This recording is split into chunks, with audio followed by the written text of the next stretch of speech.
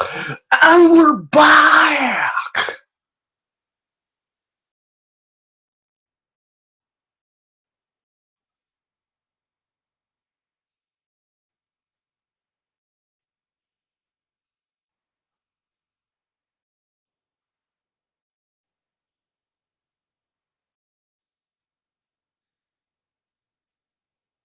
Alright, let me know if you guys can see this.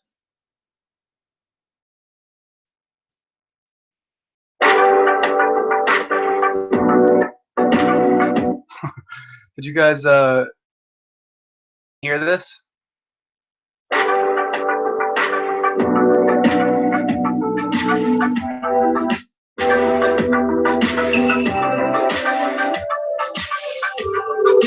Did you know the earth was flat? As long as we just smoke it grand. Alright, could you just let me know if you can hear that?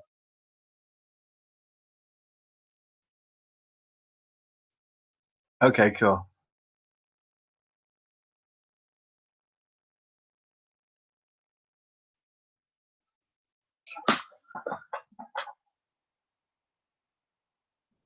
Uh-oh. We got some drama in here. Okay. I took a heroic dose of mushrooms on Christmas. Yeah. It always seems to happen on Christmas. It's weird. I remember a long time ago I took some mushrooms on Christmas. Not nearly as much as I took yesterday. Dear God. It wasn't as mystical as I thought it would be. I think the batch I had was a little stale and a little old, but I certainly had some shit happen to me.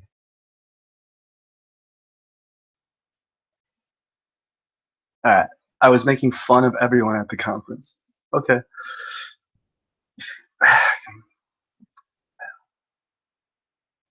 And the guys who told you that were laughing back. Sorry, girl, I had no idea it was you.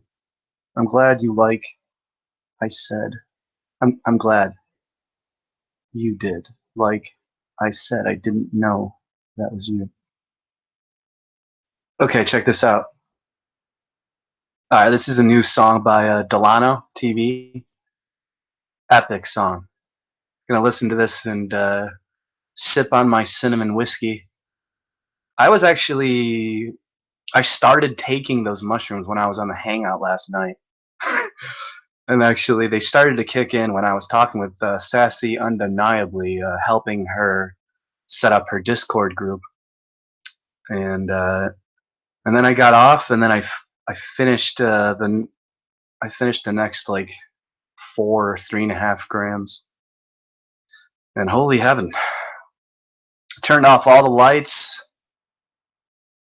It was silent darkness. By myself, silent darkness, about 5 grams of psilocybin mushrooms, and whew, it was hard to concentrate. I was a little uncomfortable, not gonna lie. But I definitely feel amazing today. I made a delicious meal. You're supposed to cook yourself a delicious meal after you're at the end of your trip. So you wake up and you feel recharged and you don't feel all drained. But yeah, I'll talk about that in a second. I'm going to take a bong rip while I'm listening to the song, and this is a great I love Delano TV's channel. He's one of my favorite flat earthers at the moment.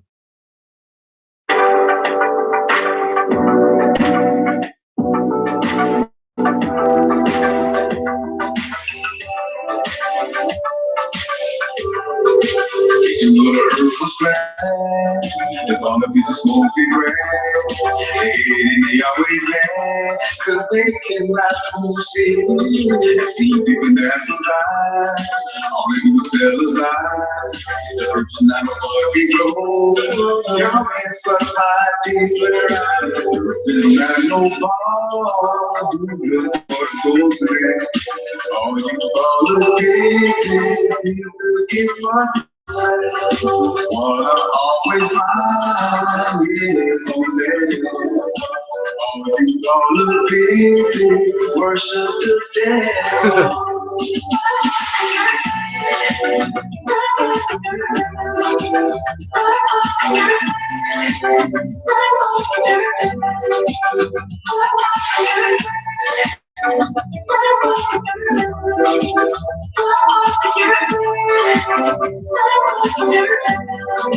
On the beach beside my mom, got me living through my drawers. Goes out 100 times, the earth don't fucking curve. So fucking conversation, don't be a stupid bitch. Why it does not bend, in gravity is fair. There's not no problem, but so bad. All you bother bitches need to get fucking smashed. What I always find is a man. All you bother bitches worship the devil.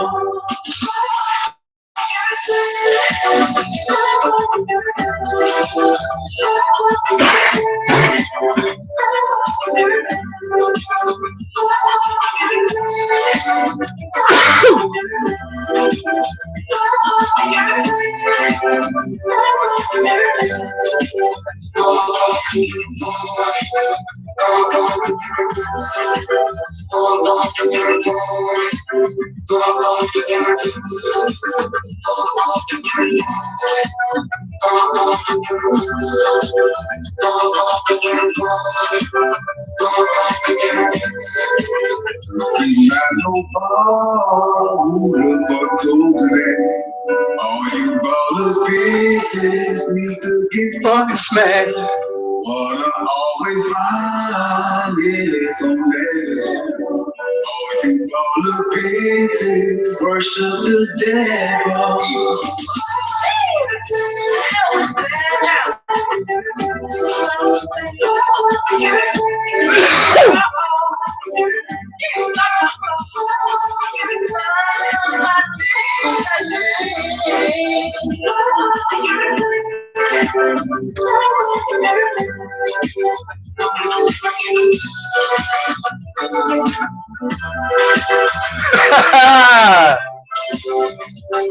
Fuck you, balls of bitches. Gravity is your answer for everything, or you answer questions with a question. The baller don't make no damn sense. Suck my dick from the side, you stupid motherfuckers. Amen. And that's how you find Delano TV on his Twitter, on the Snapchat, on his Instagram, and make sure you subscribe to Delano TV. I have 2 channels, so I had to subscribe to him to get again. So potentially, if you befriend the Flat Earth SubGenius, you can get 2 subscriptions for the price of 1. If you care about subscriptions, like Flat Earth Asshole does.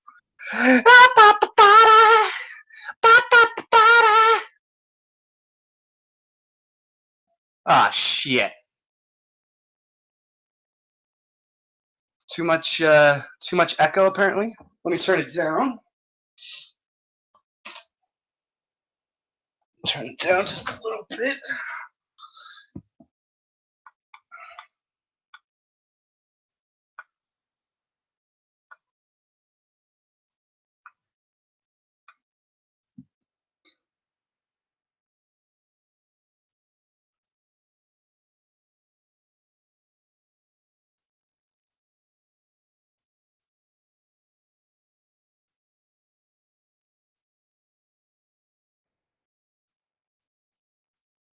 What video sucks? Go fuck yourself, Felix.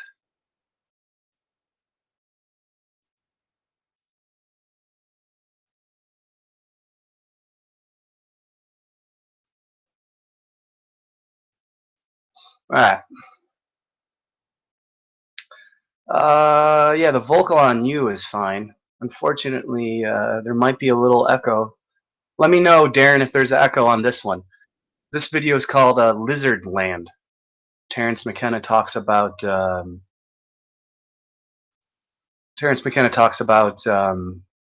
giants and this particular, seeing this particular race of people? Take me to your leader. No, I did have one DMT trip way back, like maybe the second or third or fourth, way back, where it was. Now, can you hear that? Where he says way back, there was one DMT trip. There was the second, the third, and the fourth. It's interesting though that he says that, because I do. I'm like, I don't remember if it was the third, the fourth, the fifth, or the second. They all like streamed together. So I thought that was interesting. But yeah, can you hear that? Completely different. It's the only one. DMT. Take me to your leader. No, I did have one DMT trip, like maybe the second or third or fourth, way back, where it was completely different. It's the only one I've ever had like that, and it was completely different. And the way I put it to myself was, the big people were home. And he said the way I put it to myself were, the big people were home. Entirely different feeling. And many people, actually, I've never quite had this myself, but many people report DMT trips where they break in on an entity who is not pleased at all and demands to know how the hell you got there. Now, he said that some people, they report that they broke into some domain, and there was an entity or entities, and the entity's like, yo, how the fuck did you get here? I demand you tell me how you got here. And then it'll like, if you can't like talk to it, it'll just like kick you through a different into a different dimension. But actually, I had the opposite happen to me when I was on DMT. I broke into the other realm, went on through to the other side, saw many different entities, but one of them kept teaching me and telling me how to, basically, it was happy that I was breaking the rules, and I was like making promises with some interdimensional, hyperdimensional entity. And then I was thinking about it. I'm like, what the fuck am I doing? I have no idea what I'm doing. I'm not making pacts and promises with these things. And I fucking broke the promise that I immediately made with it. And then one of the entities was basically like proud of me that I broke the promise that I just made. He was like, yes, that's the type of attitude. That's the type of behavior I want. You just made that promise, and you questioned yourself immediately and then broke the promise that you just made. He's like, yes, that's how I want you to behave and act. I was like, okay, that's pretty cool. But yeah, so could you hear Terence? I know he's a little hard to hear in this.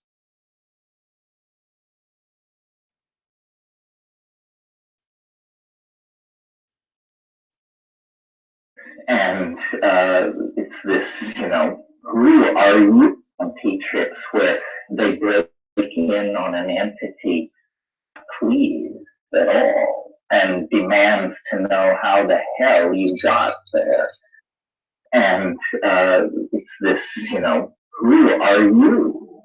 And, then various sorts of dialogues go on. And one person describes being then just hurled through all of time, like exploded back from the thing and going through all the recapitulation of ontogeny and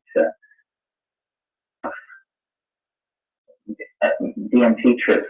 I mean, mine are always as I described, but some people report, and these may be synergies with antidepressants or something like that, but apparently very stable and strange world. Alien people and animals and cities and, very science fiction-y stuff. That's why Bell's theorem, I don't think we use it. Can you hear that, everyone? What's up, Alfie? Where the hell am I and what am I doing? Well, you might want to figure that out. Figure that out, and then I'll come back to you. But yeah, so I just concerned that you guys can't hear. I'm pretty sure you can hear the audio, but I just want to double check. Non-locality that we talked about. There's a theory called Bell's theorem, and Bell's theorem, and it's basically non-locality in quantum mechanics, quantum physics. If you know what non-locality is, then basically it's like me talking to you right now. I'm shooting audible vibrations, sensations, and then they go through the frequency waves of the computer, and they reach you, and then they go to inside your ears, and then you hear it, and then you decipher what I'm saying, and basically that's like a physical plane that we're on, but the non-local thing is happening at the same time. It's basically like an invisible world that's that's like copied or existing on top of this physical world. It's very, very fucking spooky, as Einstein would call it, spooky knowledge. So yeah, keep listening. May have something to do with the phenomenon of the imagination. Like, it's occurred to me over the years that what we call imagination might simply be hyperdimensional perception, and you're actually seeing some places that truly exist somewhere scattered through the galaxy like grains of sand, but no place you will ever contact or visit in the flesh, but that the data is somehow present. There seems to be some kind of tuning thing that needs to go on. Possibly with technology, I had a really weird experience years ago. All right, now listen. Now listen to this. This is where it gets interesting. I took LSD one evening with a bunch of people, and it was fairly casual and social, and smoked a bunch of weed, and this went on for a couple of hours, and it didn't really ever seem to come on. It just seemed to be very light. And then I climbed on my motorcycle and went home and decided I would go to bed, and I decided that I would smoke one last joint before going to bed. And I had one of those stand-up electrical resistance heaters that you get in at the Salvation Army, if you're a poor student. And so I turned it on as I started to smoke this joint, and it was badly wired, and it made this sound like, and as I began to listen to this sound, I went to. He said, as I listened to this sound, I went to lizard land. To listen to this sound, I went to lizard land, and I entered into this completely coherent thing which lasted for hours about this world inhabited by these intelligent reptilian beings, and we went through their history, their theories of jewelry making, their philosophy, their polity, their science, their religion, their fashion, and it was like endless stuff about this very specific reptilian world. Well, then later I tried again. I took LSD with my arm around my heater, and I then been preaching it in the streets. This was and I could never really find my way back, which is a typical phenomenon of higher dimensional space. Ralph taught me, doing the reverse of what you did doesn't steer you back to where you started. You have to find your way forward through the matrix.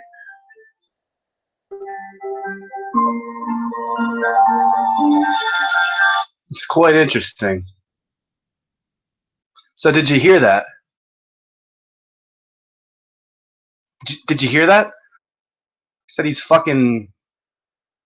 He met these fucking. He went to Lizard Land.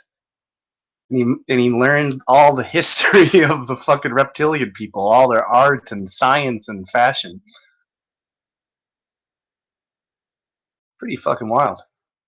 I mean, I've seen my friends on high dosages of psilocybin mushrooms struggle with their own inner reptilian, where they're literally shape shifting, morphing like the T-1000, shape shifting holographically in between their human form and their reptilian form, struggling to maintain their, because they don't know what the hell's going on. And I was like, what the fuck am I staring at?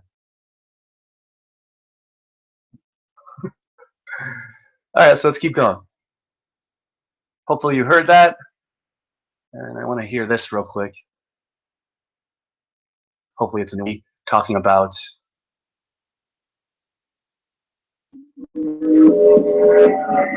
the Matrix, Jim Carrey. There's 2 R's there, by the way. Don't let him fucking Mandela affect you. Pineal gland, Kundalini, in the Illuminati. Just want to see if I heard this. If I already heard it, I'm sorry, but I'm gonna have to kill it. Hey, let me tell y'all something. Y'all need to watch this movie called 13th Floor. The 13th Floor? Y'all need to watch that shit. I'm pretty sure I saw that.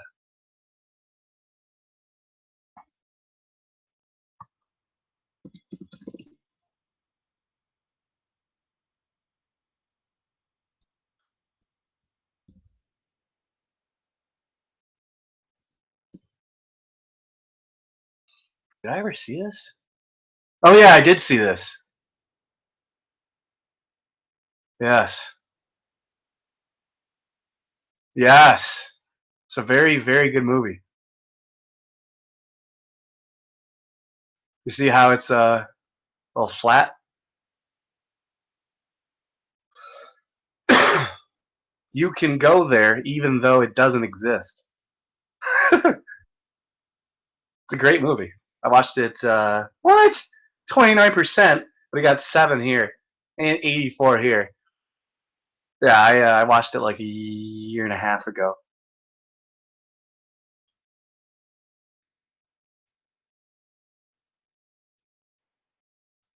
It's very it's kind of like the Matrix.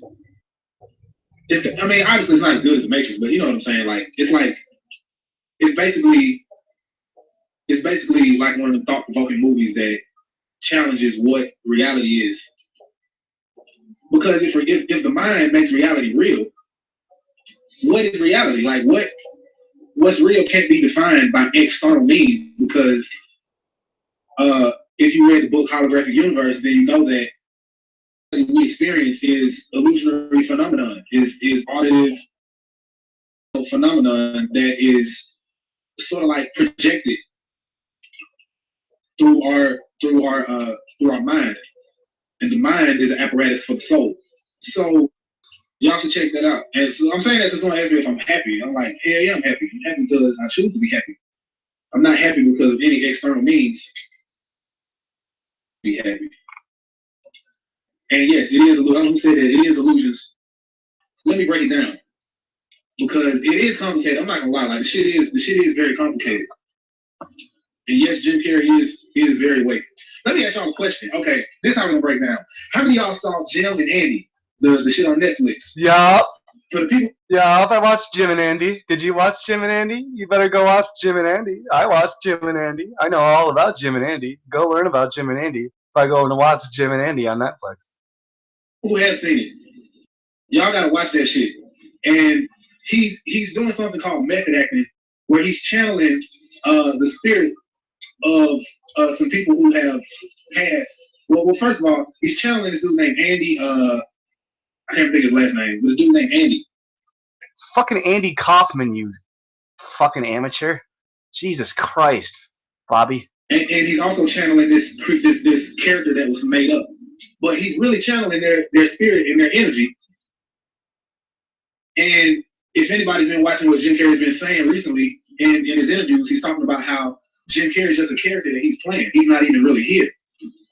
So if Jim Carrey is just a character he's playing, as well as Andy and as well as Tony, who the fuck is Jim Carrey? Who is the dude that is behind the nigga playing Jim Carrey? That's the real question. He's not even really here. So if Jim Carrey is just a character he's playing, as well as Andy and as well as Tony, who the fuck is Jim Carrey? Who is the dude that is behind the nigga playing Jim Carrey? So you gotta kind of think outside the box in terms of what's real and what's actually happening. Look, I'll explain it to you. Everything that your ego is here to protect you. So when people say alter ego, multiple personality disorder, anything, they're merely creations like that movie Split. Who saw that movie Split? Everything you experience in life, you create a persona for it. Like you get on the phone and you talk with that. Hey, yes, this is Henry Pico, and I'm calling about my cable. And you create this entity. Like everything you do is for survival out of necessity.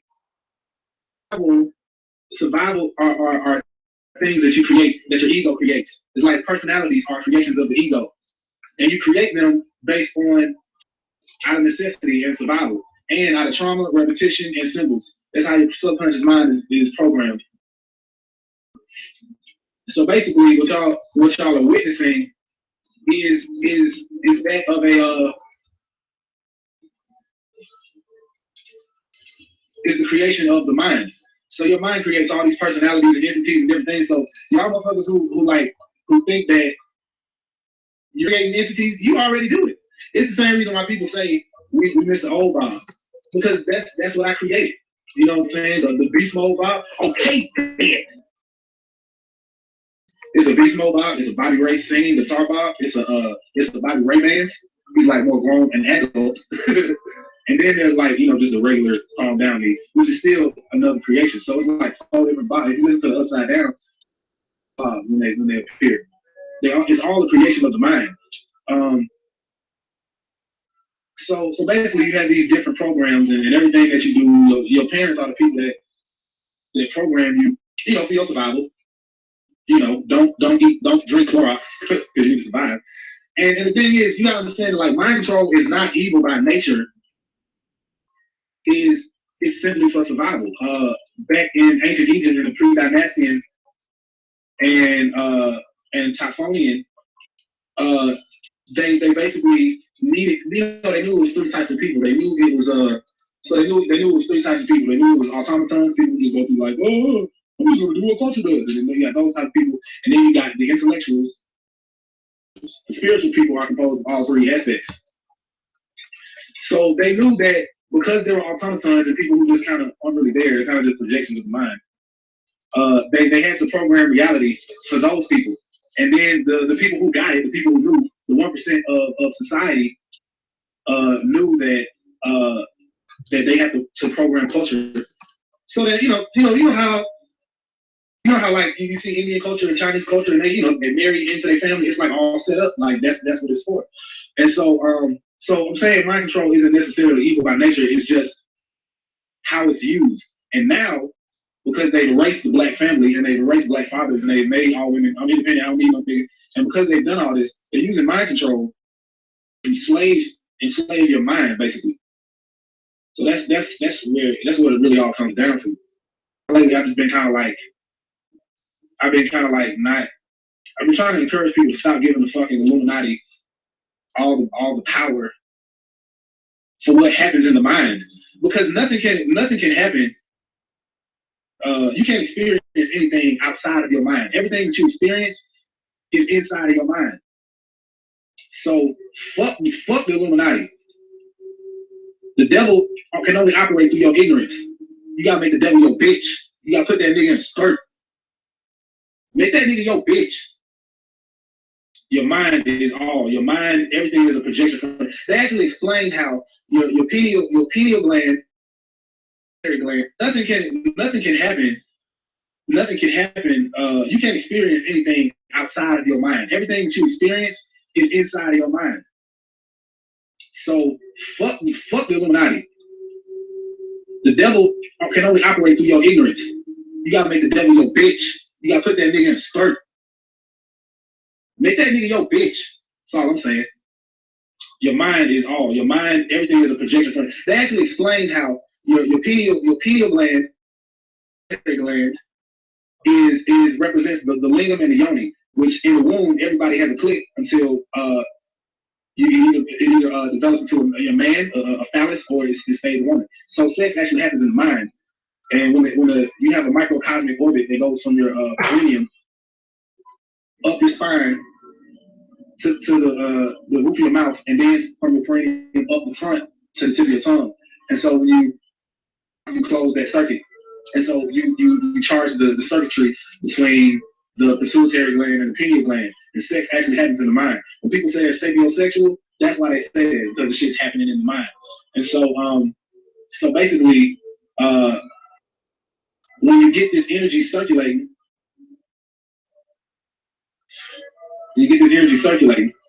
that's what unlocks the mind. And they actually explain how we are literally, in the physical form, we are a fallen state of the sacred geometry that happens in our mind and in the most innermost workings of where we're seated at. Your body is like a projection of your mind, basically, in so many words. So I'm gonna try to get that deep, man. I know I lost some people, but it'll make sense. It'll make sense the more you keep hearing about it. You gotta just know. Can the pineal gland be removed? That's a good question. You know, in the book Holographic Universe, they talk about how the physical is just a reflection of the spiritual, and they were removing parts of like and shit, and they were removing parts of their brain, and they would still be able to function properly without losing any memory or anything. So I don't know. That's a good question. I feel like you might. I don't feel like you could exist without a pineal gland. Like, could you exist without a heart? You know what I mean? So I guess like you have to have the apparatus down to that for your spirit to operate, to animate. So look, the moon and the stars are not holograms to deceive us. What the ancients did, like, if y'all know about the Kabbalah, the tree of life, off of the planets, like Jupiter, like Jupiter is based off the god Qatar, and all of these things were like maps to show you about your inner workings. Not necessarily to deceive you, just a map that this is what's happening. This is what's happening internally.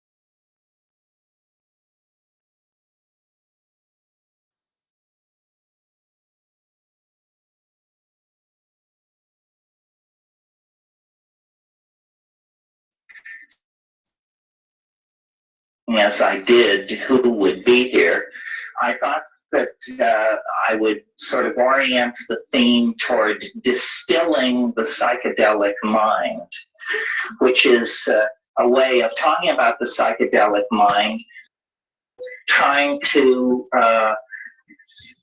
considering the amount of money you paid for this section, give you the entire shtick in one fell swoop, so that you would never have to attend a Terence McKenna lecture or workshop again. You could just move past that, turn the page on that kind of thing in your life. And I think it's coming together for me. I don't know whether it's writing these books. It was a very nice introduction here tonight.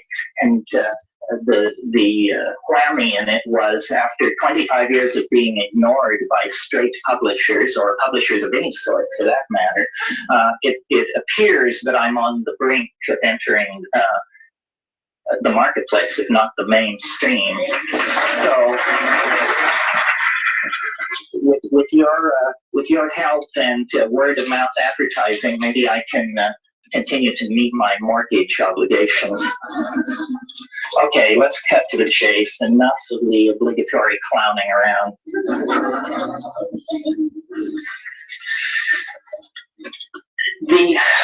The psychedelic question in the society just seems to refuse to go away.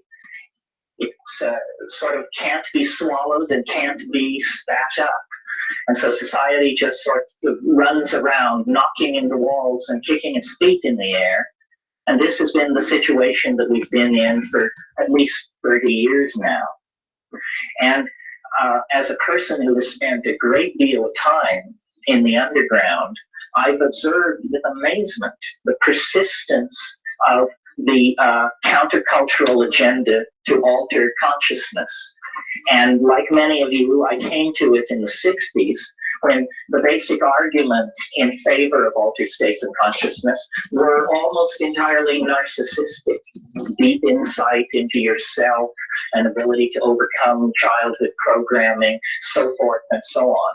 And I certainly think because of the kind of society we are, because of the kind of people society has made us, that this was a valid place to begin.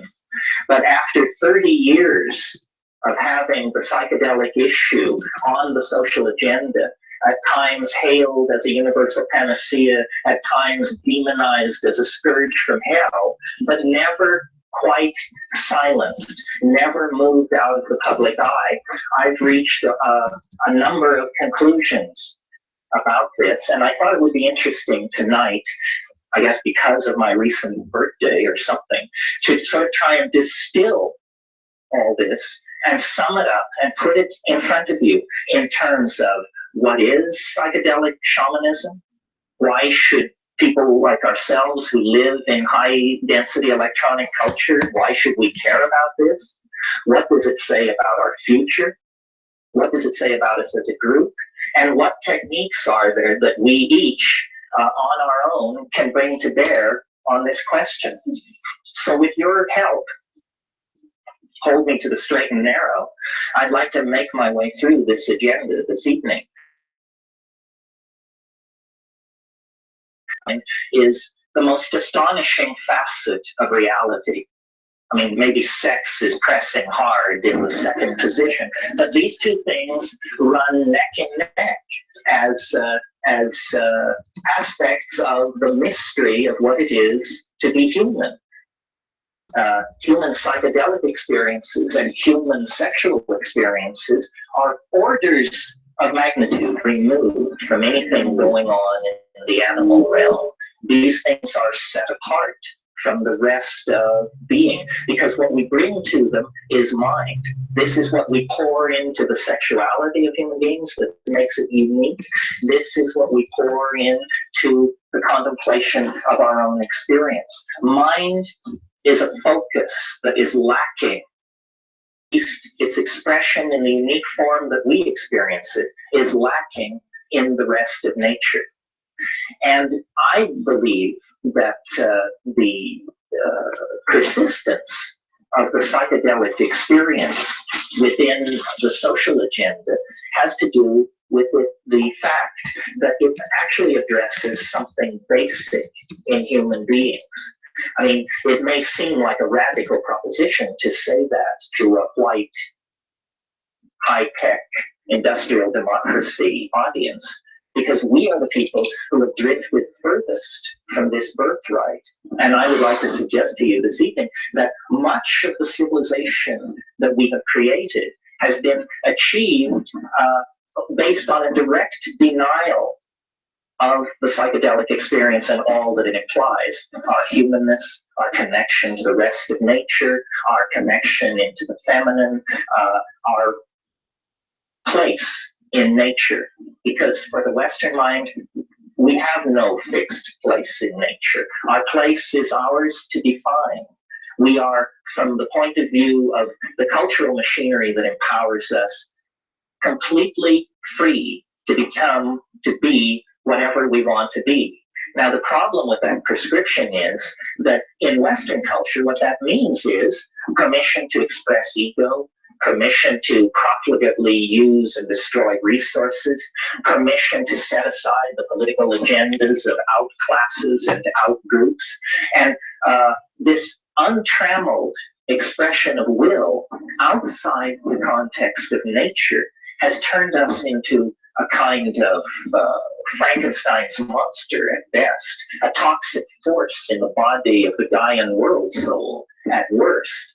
And I believe that our origin and our future culmination and our present happiness all can be secured, understood, illuminated, and expanded only if we're willing to look at our relationship not only to altered states of consciousness, but to the mind behind nature, because that's really what this is all about, to my mind. What these psychedelics are empowering or conveying or revealing, depending on how you come at it, what they are showing us is that we are not alone upon this planet. We are not alone in the universe of mind. And I realize this is a soft audience to preach this in, because there are probably people within the sound of my word. Well, you heard it there from Terence. Let's listen to that one more time. On how you come at it. What they are showing us is that we are not. What the psychedelics are showing us is. On how you come at it.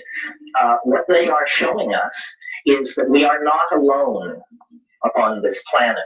We are not alone in the universe of mind.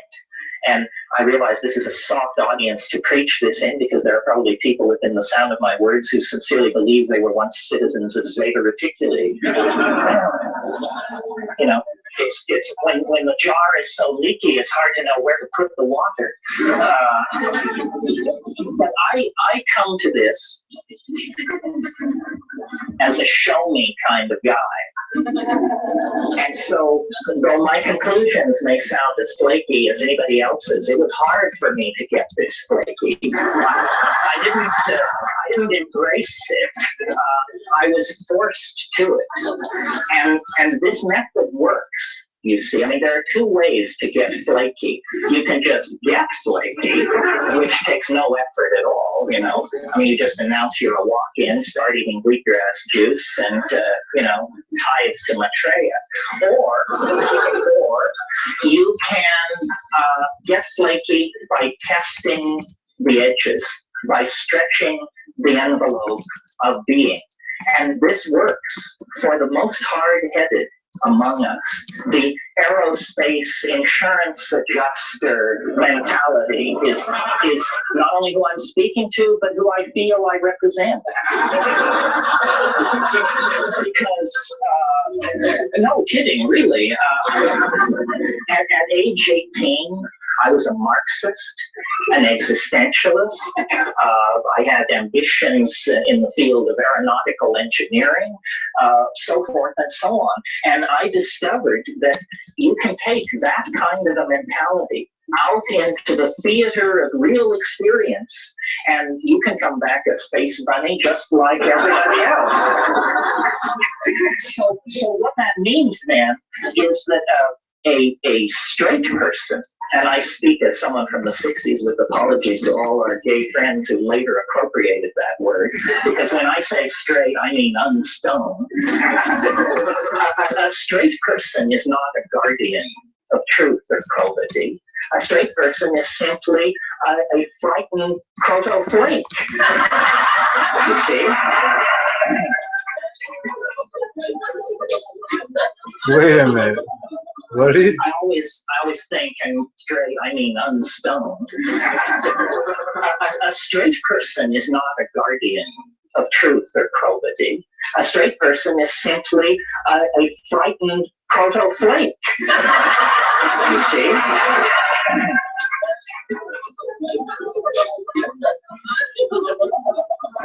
I always think, and most of you have heard me say this, that when we get off on this subject, I always think about the wonderful thing Tim Leary said years ago. He said it so many years ago that when I told him how much I admired him for saying it, he didn't remember that he'd said it. But the man once said, wait till I get the line. LSD is a drug which occasionally causes psychotic behavior in people who have not taken it. So let me read this real quick. I mean, we all should know this by now. Well, that's the thing. One of the least talked about things on the flat plane is psychedelics, and I really enjoy talking about it as much as I can. So I'm going to tell you. This just came out about a week ago. 7 mind-bending facts about magic mushrooms. So there are 2 basic types, but about 200 different species. Yeah, I'd say there's about 2 basic types, but 200 different species. I'd say there's close to like. I'd say there's closer, definitely closer to like 500. Think they're wrong, but I'll do a little more research into that. Magic mushrooms may have given us Santa Claus. The story of Santa Claus. I mean, dude, I was talking about this in 2009, and now everyone likes to talk about it. Everyone's talking about, oh, magic mushrooms may have given us Santa Claus. Every year for the past 5 years, I'm like, dude, I was talking about that 10 years ago. The story of Santa Claus is pretty odd when you think about it, from magic elves to flying reindeer to Santa's chimney use to his iconic red and white suit. According to one theory, it's not a theory, many of these quirks came from Metamucil muscle, or more specifically from Siberian shamans who distributed them some centuries ago. Amanita muscaria has long been valued in Siberia, where human consumption dates back to at least the 1600s. While some of that was likely recreational, Siberian shamans ingested the fungi to commune with the spirit world, as anthropologist John Lewis. The shamans also gave out shrooms as gift in late December, he noted, upon often entering homes via the roof due to deep snow. So yeah, gifts on winter solstice. Because the snow was usually blocking the doors, there was an opening in the roof through which people entered and exited, thus the chimney story.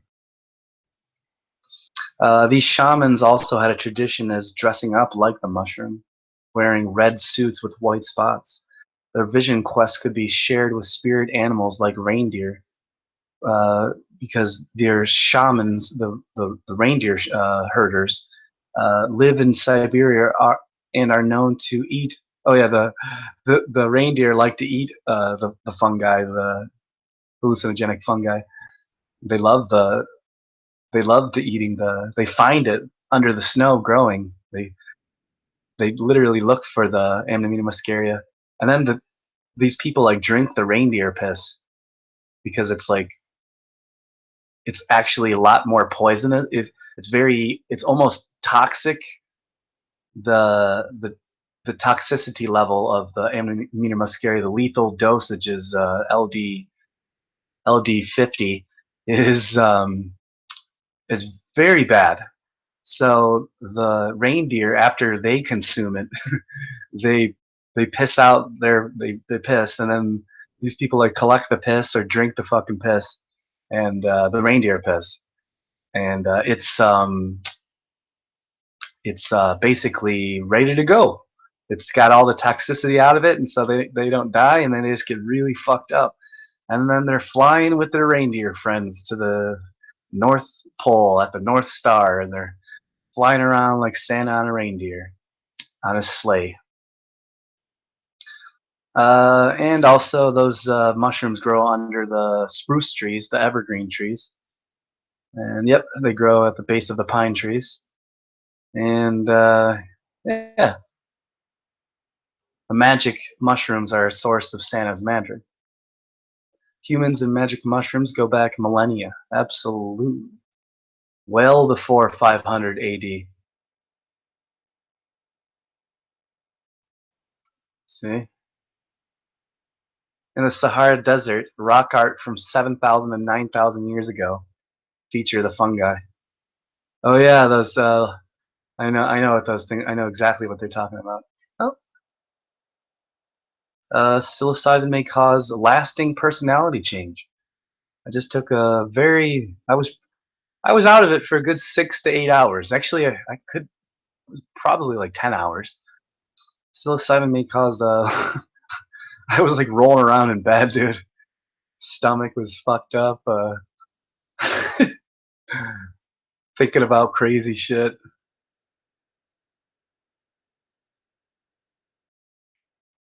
Psilocybin can temporarily dissolve your ego. That's for damn sure. I didn't have an ego last night.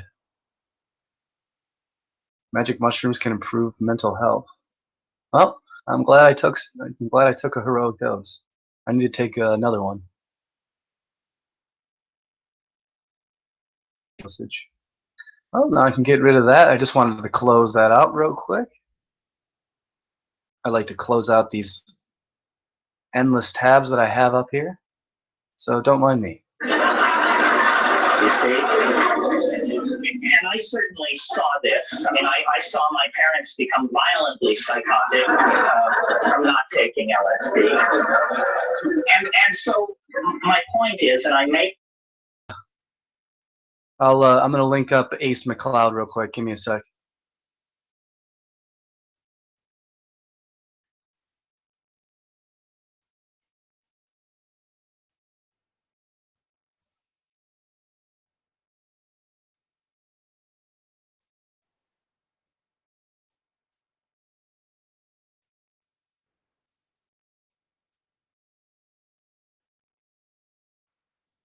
Ace, are you on Discord? Skype?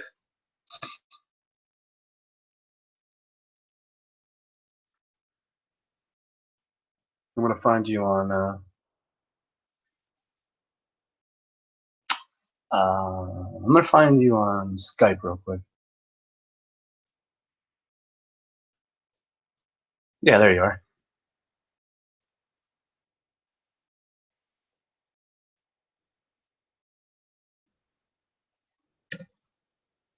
There, Ace, I handed you the link on Skype. I think that's you, yeah.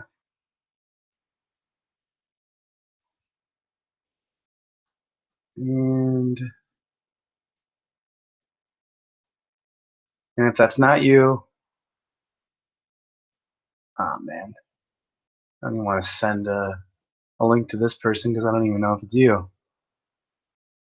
Yeah, let me know if that's you. Let me know where to find you.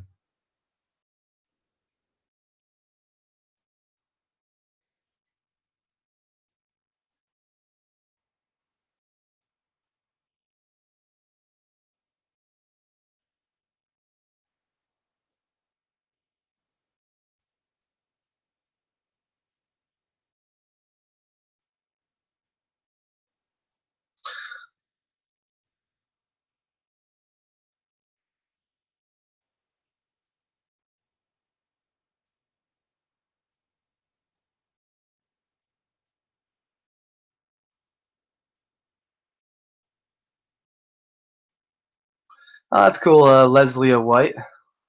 I'm glad you've been checking out the chat still. She said, you guys seem fun and interesting. Well, that's very sweet of you, Leslie White. I'm not quite sure who you are. I've never seen you before, but if you look at the description box, you can find me on Facebook and Twitter and Instagram and all that jazz.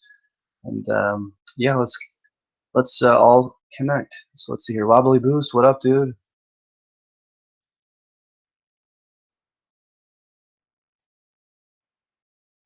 Yeah, Dad. Yo, Ace, where do I send the link? Tell me. I know you have a hard time answering questions straightly. Where do I send the link to?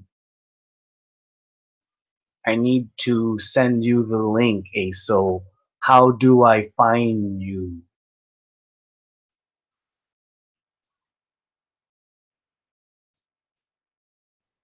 Oh, oh, Wobbly Boost knows Leslie. Leslie?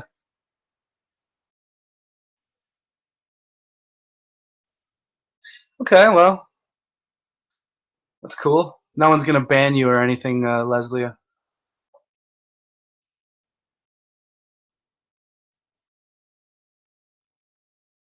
Ace.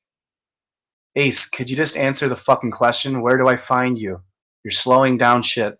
I just want to fucking listen to Terence McKenna or talk to you or other people. Jesus Christ.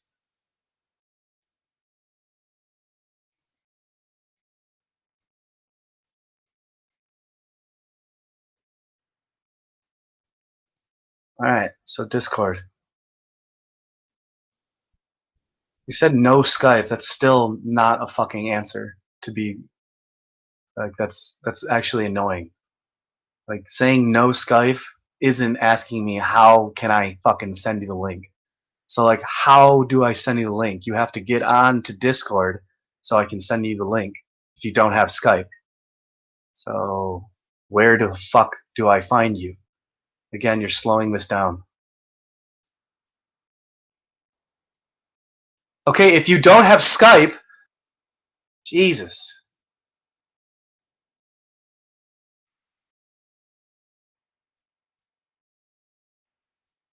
Dude, I'm not just gonna put the fucking link in the Blue Wrench Lodge, dude. Like, if you get on Discord, I can. Oh my.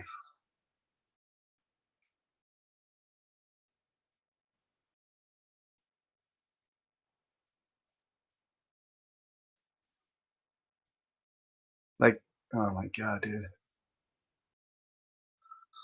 There, I sent you the fucking link, dude. Like, you can't join unless you're on Discord, and you're not on Discord, so.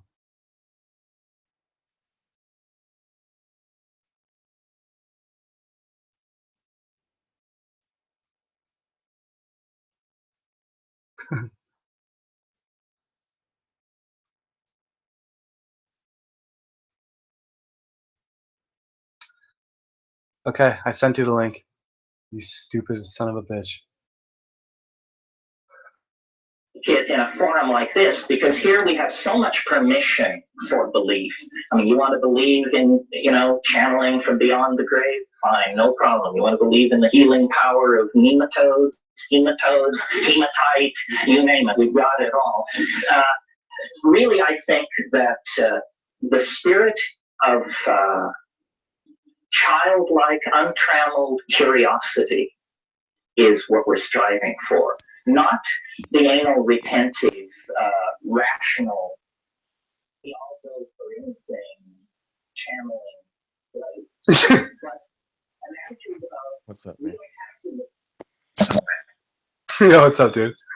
Let me get my headset. Alright.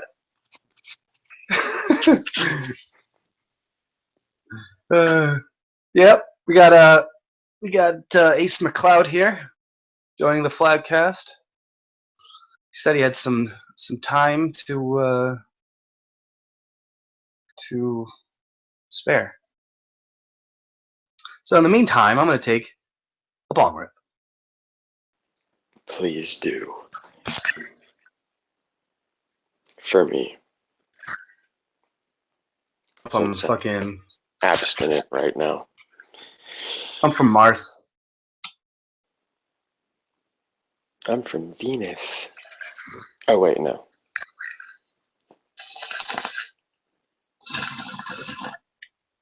Damn. Sounds like a toilet rip. Love it. Dude, I mean last night was pretty rough. Shit lasted a while. Wait, what happened? What do you mean? I took the heroic dose last night. Oh my god, yeah. Were you weren't online while you were on that, I'm sure, right?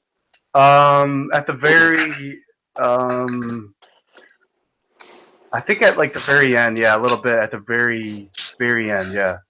Nice. And then Yeah, I had to erase some of the messages because I'm like, Jesus. Wait, while you were high or after you was wearing off and your When ego I was kicked like, back in? because I turned off all the lights in the condo Yeah. and everything, and then there was no music, and then and then my stomach was just killing me, and I hear you. and then but like I was just thinking about so many different things, existential things, and you know how it is, and then Um, oh yeah. So then I went online at like probably like 1 or 12 or 1 or something like that. What time did you drop them? Um, hmm. Well, I was Is my audio okay? yeah. Your audio's fine. Great. I Great. was I was talking. I was live on the Hangout. So let's see here. The Lakers game started at 7:30. So then I took it. I took like a gram. I took like a gram before the Lakers game, and actually I was live when I took it. I'm actually gonna have to go see. Yeah, because I was talking to Sassy undeniably last night, No and I shit. and I While and you're I tripping? yeah, and I took some. Stop doing that, you asshole. That's fucking cool as shit, bro. Hold And I was helping her like start her Discord group, and then I got off because I was like, these things are I'm about to take a lot more, and uh, and on. so and then I took a shot of some whiskey, You and have then to. You have and to. then and I didn't eat anything pretty much all day, so I had an empty stomach, and and then I just turned all the lights off, and all the lights are off, and I took the rest of them while I was watching the Lakers Real game. quick. I'm gonna mute while you continue that. I gotta go take a piss and get something to drink. Okay. I'm gonna listen. Okay. Yeah. Yeah. I mean, honestly, it wasn't some. I'm not gonna. It wasn't some giant mystical. I don't remember. I didn't meet any entities. I thought about. I'm like, I was chilling with Aldo at sometimes, and I'm like, God, this thing is every. I remember seeing Aldo when I was at the. I only took LSD like twice in my life, and it was like 4 years ago when I was 28 years old, and um, and I remember I watched E.T. and I looked at Aldo, who's the boxer, and he looks a lot like E.T. And I'm like, that's just weird, dude. I'm like, you're a fucking little alien, dude. And he was like glowing with like bright love aura, like just pure good vibrations and love coming out of the dog. And I was like hugging him. I'm like, damn, dude, what a fucking legend you are. And then the people who dropped me off, they were they actually asked me to if they could watch me take the LSD and like set up the place to take it and then watch. I'm like, yeah, you can watch. Well, I'm gonna watch ET, so let's just watch ET for a little bit. And then they watched. They left, and then when they it was a couple, and so they left. Went like an hour into ET. I probably asked them to leave, or it was just getting too intense for me because I was like, dude, this is so gross. Like the government trying to take ET. We're like just always going after. Oh, it was really. I'm like, why are these dirty Wait, what were they trying to take? fucking ET, the government? Extraterrestrials? Yeah, remember the movie ET, Extraterrestrial, Drew Barrymore. Oh yeah, I remember the movie. I saw it. Yeah, so yeah, the government's fucking going after ET, and the kids fucking riding away from him. The kids fucking trying to get ET back and trying to help him get back home. And I'm like, God, I was just so. And I'm not gonna. I can go into it further. I mean, I remember that's when I learned about the CE5, which is the Contact Expedition, and that's the 5th level. There's 5 levels, and the 5th level is the highest. And like the first level is like going out and seeing a UFO and like, oh, what's that? And the second level is like trying to summon UFOs, and the third level is like trying to, I don't know, like I don't even know what the fuck the third and fourth levels are, but the fifth level, I was like, I went on Facebook, and this is when I was on LSD. Um, I went on to Facebook, and this guy friended me, and in his profile picture, it was him with his arm around a life-sized ET. And he just friend requested me while I was on LSD, while I just finished watching ET. And I'm like, what the fuck? And then I looked, and he's like one of the like leaders of the contact expedition. And I look at his shit, and I'm like, what the fuck is CE5? And I look it up, and I'm reading it. And as I'm reading it, it's talking about how basically the person, myself, wants to initiate contact with a higher intelligence, and then basically that it's being answered, and it's like, wait a minute. And I was reading, while I was reading it, I felt the space intelligence, the higher intelligence, to my left, and that was close to the. I mean, that was right at the door, the glass sliding door. And I'm like, and the door slides open, and I'm like, okay, well, there's an alien coming into the house right now, and and I'm like, I couldn't look over. I was too basically paralyzed with fear to look over directly at it. I just let it. I remember I felt it basically hover in and come right next to me. And while I was reading it, I'm like, okay, I'm like, it's right next to me right now. And this is not the first time I felt something like that. I've had see, that's the thing. The difference between having an extraterrestrial contact or presence is actually knowing when you're in the presence of an extraterrestrial intelligence. And it's hard.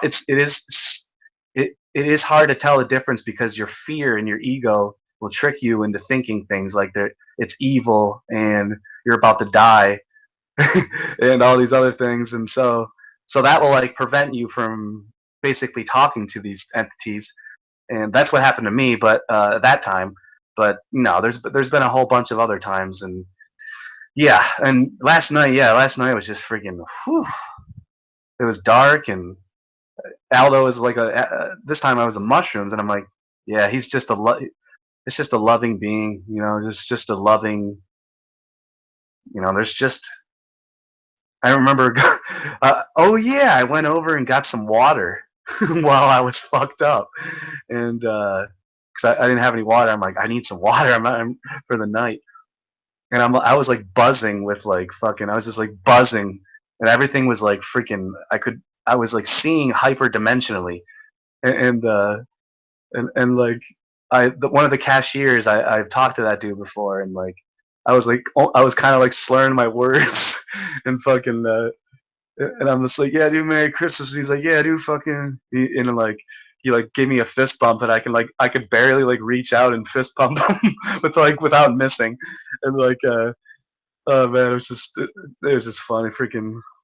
It's like I remember having really, really good insights last night, and like that's the thing. It's like. I should probably have tried to write stuff down more or record something, or maybe I should have even made a video or something. But I don't know. I like to think that just talking about it now with you, at least I'll get some. I mean, I didn't really tell much of the mushroom trip, but it's just it was definitely. I need to do it again. I have no fear about doing it again.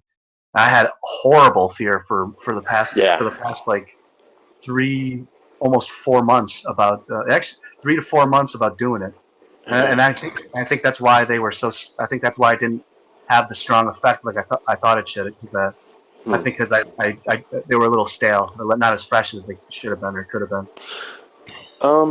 Well, to me, mushrooms, it's you have to eat an exponential amount. Like, if you want double the trip, you don't just eat twice as much. You have to eat like 4 times as much. You know what I mean? For most people, okay, we're talking about like really good mushrooms, right? 1 gram is a trip for almost everybody. Like a nice one, like a good body high, nothing crazy. You just kind of, mostly it's like a little bit of ecstasy, kind of, really, if you think about it.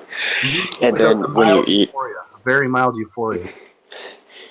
yeah, of course. And then when you eat an eighth, that's when you start to get a real trip. But an eighth is something that's like the most you should ever eat if you're like around other people, like trying to hang out and have a party, right? So that's 3.5 grams. Right.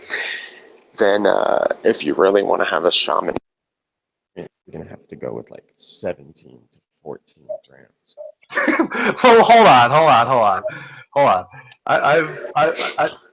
I know that's an absolutely ridiculous amount, and I've heard of double and triple those amounts. And yeah, I've done triple that. I'm talking about a shamanistic experience. Like, you want the real fucking deal. You want to see God and shit, right? yeah, well, Terence McKenna recommends five solid dried grams in Silent Darkness. So I stuck with that, and you have to make sure you weigh your dosage too. Don't weigh it. Unfortunately, with mushrooms, it's going to be different. Like, every mushroom strain is different. Then if you get the first flush versus like the second flush, it's got like higher psilocybin versus psilo. You know what I mean? Like, everything's different. Like, also, did you know this? Let's say you have a cubensis. I've seen a 28-gram cap, a cubensis cap. It looked like a frisbee. Okay, it was like dense, hard. Check this out. I'm 100% convinced that gram for gram, like let's say you broke off 3.5 grams off this giant cap, right? Versus you took 3.5 grams of little mini mushrooms, right? from the same patch. Okay, to me it feels like a mushroom has like the same amount of magic in it, no matter how big it gets. So if it's bigger, it's like it's more spread out or something. That's a very generic way of putting it, but I'm 100% convinced that's true. So let's say you, it's almost like if you eat like one little small mushroom versus like a medium-sized mushroom, it's like almost the same. You know, like I don't know, if you ate 3.5 grams of little bitty caps, you're definitely always going to trip harder than a single cap that weighs 3.5. I promise that's how it works. No, I know it does. Shit tastes terrible like it always does. I fucking hate it. That's a very mild price to pay. Awful taste, but I feel great today. I remember Terence recommended always to cook a nice large meal after it before you go to bed, and you wake up feeling nice. I'm like, damn, dude, I really did wake up feeling nice. Yeah, with lots of fat. You want that fat too in your meal. And I didn't have any fucking mushroom shits, which is like the very first time. What? Did you throw up? No. No, that's good. What kind were these? Do you know? Definitely psilocybin. Well, no, I know, but did it have a certain name, like Taiwan, like, you know what I mean? Cubensis? Okay, the normal, just like white, kind of pillowy, like bread top, kind of, you know what I mean? The classic mushroom, right? Yeah, the little cubensis. Okay. So cubensis, cubensis actually have some of the lowest concentration of psilocybin. It's definitely the most common definitely the most what is it, safe probably? Yeah, but the thing is though, if you're just a very recreational user, like you know, like you hadn't done it in years, right? It's been 4 Versus, years, 4 or 5 years. yeah. So versus somebody that's doing it every fucking weekend, right? Eventually, the person, the psychonaut, there's diminishing returns with mushrooms. Like I said, it's an exponential amount you have to ingest to get like to those next levels. So, and then when your tolerance goes up, you know what I mean? On top of that, you're having to eat like 10 grams to like really trip. And the thing with mushrooms, it is completely fucking non-digestible. It is pure fiber to the point that it's actually almost the same as eating a stick, like wood, and that's what makes people throw up. Yeah, I've That's never. like, I don't think I've ever thrown up on mushrooms. see, it's so weird. I have bouts. Oh, I want to ask you this. Maybe once. Anyways, Maybe let me once. tell you how to never throw up, and for anyone listening. But check this out. Wait, what was I gonna say? Damn it. Fuck, dude. I'm sorry. Fuck it. I don't know. Shit. What were we talking about? You'll remember in a second. We were talking about wood and sticks. Yeah, I know. Um, I Remember, mean, I remember swallow. You said swallowing the mushrooms like equal to swallowing a stick. yeah, I know. I mean, I was gonna say. So the point is, you know, alcohol extraction. You know, you can boil it and make a tea if you want, but You really, you should said make an how not to throw alcohol. up. Huh? How not to throw up? Yeah, I know, but I was gonna say something really awesome after. It doesn't matter. Wait, let me see. What is 7 plus 13? Well, that's 20, but what's 22 plus 99? Let's see. 121, right? Is it 121? No, it didn't work. You ever heard about that? If you're having a brain fart, you do like mathematics, and it like brings it back. Yeah, I did hear that randomly, but Yeah, doesn't matter. But, so read some of the comments. Maybe that'll bring it yeah, back. yeah. So the point is, you just don't want, you don't need all that physical material, right? And like I said, shrooms, each cap, ounce for ounce, has a different level of concentration of psilocybin. So what you do is you take like your whole sack of mushrooms and you extract the psilocybin out of it with Everclear. Actually, you need a little bit of water too. So you want like a 60-40 or like an 80-20 ratio of grain alcohol to water. Because they are water soluble too, in a way, but definitely alcohol soluble. And the alcohol will preserve it forever. So you can extract all the psilocybin out into a small volume of alcohol, and then you have a known concentration. So what you do is you test it. You take like, say, 5 milliliters with like an eyedropper, right? And you see what it does.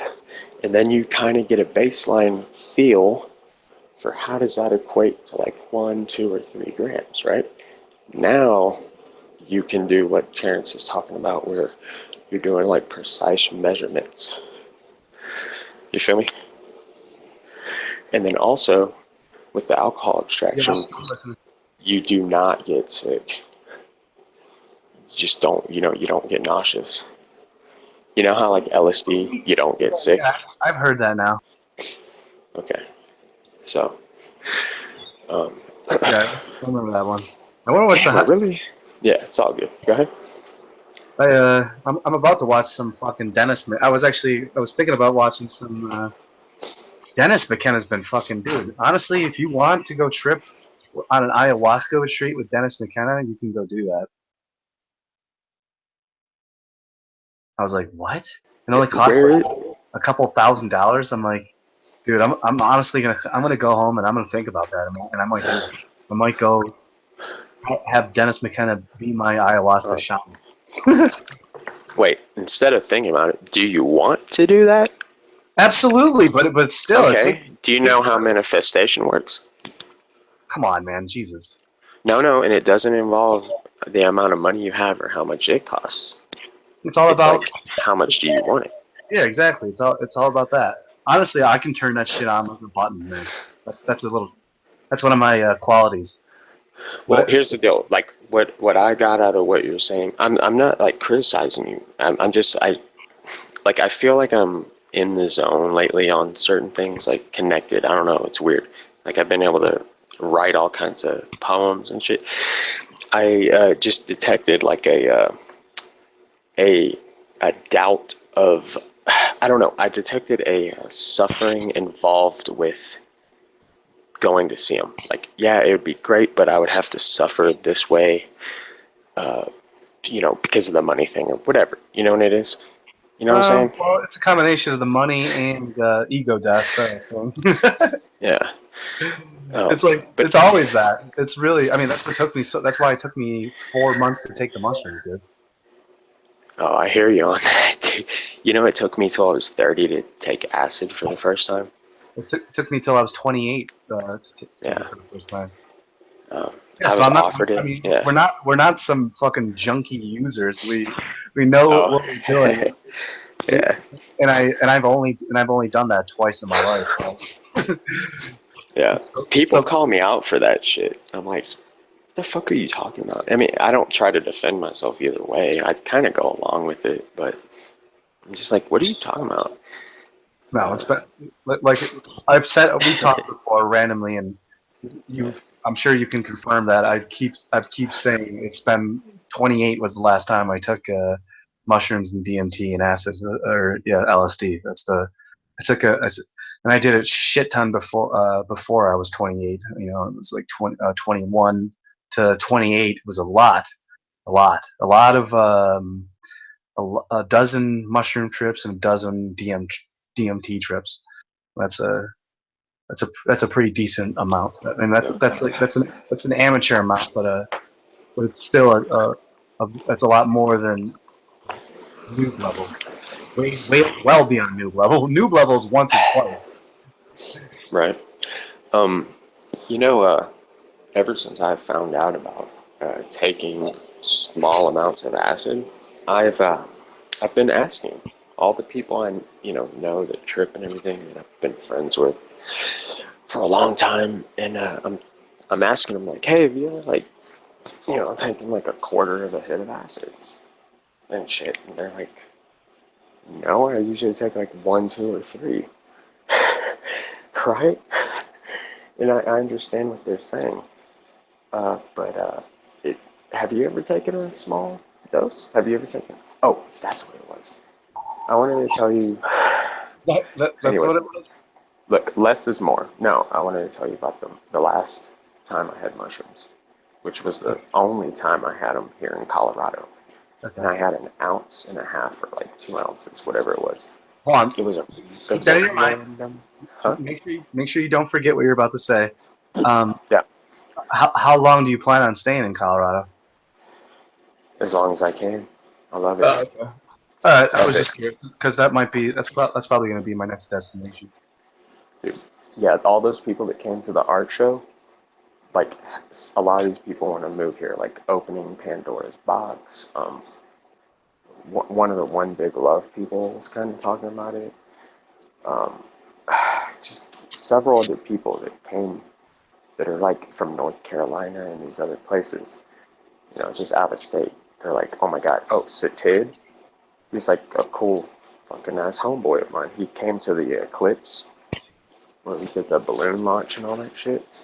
Yeah. And he just randomly quit his job at Apple, like making super good money. Oh, check this out. He was in the military. Okay, hold on. And Can everyone hear Ace? Just let me know if you can hear Ace, everyone. It's audio is Oh my god, I'm sorry, dude. no, My, I just want to make sure. I can hear you. I just want to make sure everyone else can hear you. is And that better? Yeah, that sounds good. That has to be better though, right? Oh yeah, it does sounds a lot better. Okay. And Damn, dude.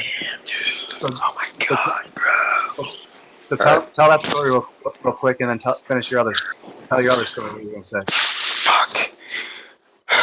Okay. So it had probably been a couple. Damn, I want to tell you about 4-ACO, which is my favorite psychedelic ever, even more than DMT. Smoked DMT. Okay. Wait, what is it? It's called 4-ACO DMT. And psilocybin. I think The, Terence has talked about that one, but now you're going on it, to the third subject, and you should go back to the first two. I want you to bookmark these. Okay. Okay. That's all. I'm not getting on it. Two. Okay. So, right. Okay. So I had never tripped on anything before until my brother died. He was 21 when he died, right? And less than a year later, um, a couple of his friends were just hanging out at my house. Like we kind of became friends, right? And next thing you know, they're offering me mushrooms, and I'm like so hesitant to take it, right? How old? I would have been 25. Okay, that's interesting, Okay. man. Sorry about that. I didn't. Both of our fucking brothers passed, and it's pretty interesting. And both of us are two of the most probably psychedelic flat earthers there are. Yeah. Oh man, it did a lot for me. I mean, you know, I gained a lot of wisdom and shit from this shit. And it was Yeah, hard though. yeah, I was, death and tragedy, and all those I emotions. mean, Yeah. fuck yeah, dude. I was, bottom of the barrel, probably depressed, I mean, I was like shell shocked, Oh yeah, like just, absolutely. I remember like having a revelation one day, like right after, actually, he was still in the hospital. And, I was driving to the hospital I went to go take a shower and all this other shit. And I was like, where are all these people going? On the highway, sitting in traffic and shit. And I was on an overpass, just like looking at multiple highways at once, right? I was like, where's everyone going? What are they doing right now? You know? It doesn't matter. Don't answer that. Whatever. Just observations. So, needless to say, I did take them. And it was a very small amount. I probably took like half of a dose to really get you high. And I was like, oh, okay. This is kind of cool. Whatever. Took it a couple more times is all, right? And then I remember selling them like shortly after, right? Oh, by the way, his best friend growing up, Matt Mooney, most fantastic guitar player I've ever heard. But like real quiet, whatever, pushover kind of dude, but super nice, cool. We became very, very good friends. Well, he was dating this chick, right? I didn't know it at the time, but I went the first time I ever hung out with my brother, like, because I lived outside the house. I had my own house, all this other shit going on. And, we were close enough in age where we kind of fought, you know what I mean? Like, we didn't hang out, you know what I mean? Like, you don't hang Yeah. out with your younger brother, right? Well, Yeah. finally he was like, I didn't hang out with my older brother very much at all. Also. right, exactly. So, he had just turned 21 or whatever, and it's like the first time going to a bar with him and shit. I was like, whoa, and we went to see this guy, Matt, play. Well, the whole time there, and see, I've never been the kind of person to like just go hit on chicks, all the time. I mean, I talked to them here and there. Yeah, me too. I'm I've been away. similar. I'm similar like that. Yeah, and I'm like such a different person than I Like was sometimes, then. like I gotta have like a fucking half a bottle of wine in me, like fucking to get bad, No, you it's know, yeah, Chris or whatever, ballsy. yeah, but you're not the person that just all the time you're just, you know what I mean? Like some people Oh are. no, Okay. no. I've been single for a very long time. Yeah, but then when you do hook up, it's probably for a good while, and you fuck all the time. You know what I mean? Like instead of one night stands here and there. Oh yeah, absolutely. Yeah, so there's so much stuff I want to talk about. Let me just tell you about this chick because it is important, I think, to Okay. other people because maybe it'll tell you about my personality. I don't know. So we're hanging out, a couple drinks. Matt was about to go on stage, and we're sitting we finally got a table, right? And it was like hard to get a table. This place was crowded. And I spot this chick on the back wall. Just some random chick, right? She had blue hair. Dude, I'm like a business professional at the time. Like I have like a huge house and like all that kind of worldly. Hold on. You know what I mean? I was like owning the fitting in with society shit, right? Like trying to get to the top and like be comfortable and successful, right? Well, this chick was like, I don't know, super alternative, and she had fucking blue hair, right? And I was like, hey, it's like, damn, who's this fucking chick? I'm gonna go say hi to her, which is like super out of character for me. Even, I don't know, it's whatever. I'm sorry, hello? I'm gonna set my phone down. Can you hear me still?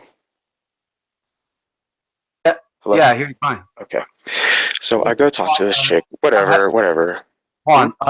on.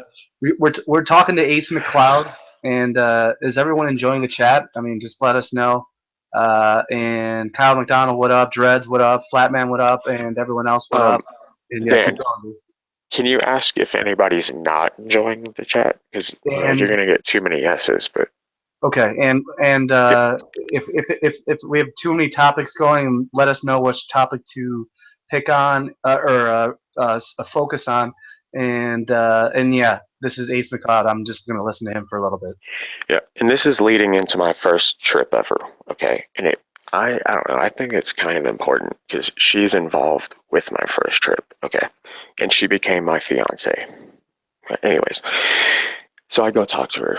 Whatever, we're talking. I don't even know what we talked about, but I go back to the table. I'm like, hey Scott, man, I was talking to this chick, this over there, and she's got blue hair. And he's like, that's Matt's girlfriend. I was like, get the fuck out of here, Matt. Matt is dating that chick.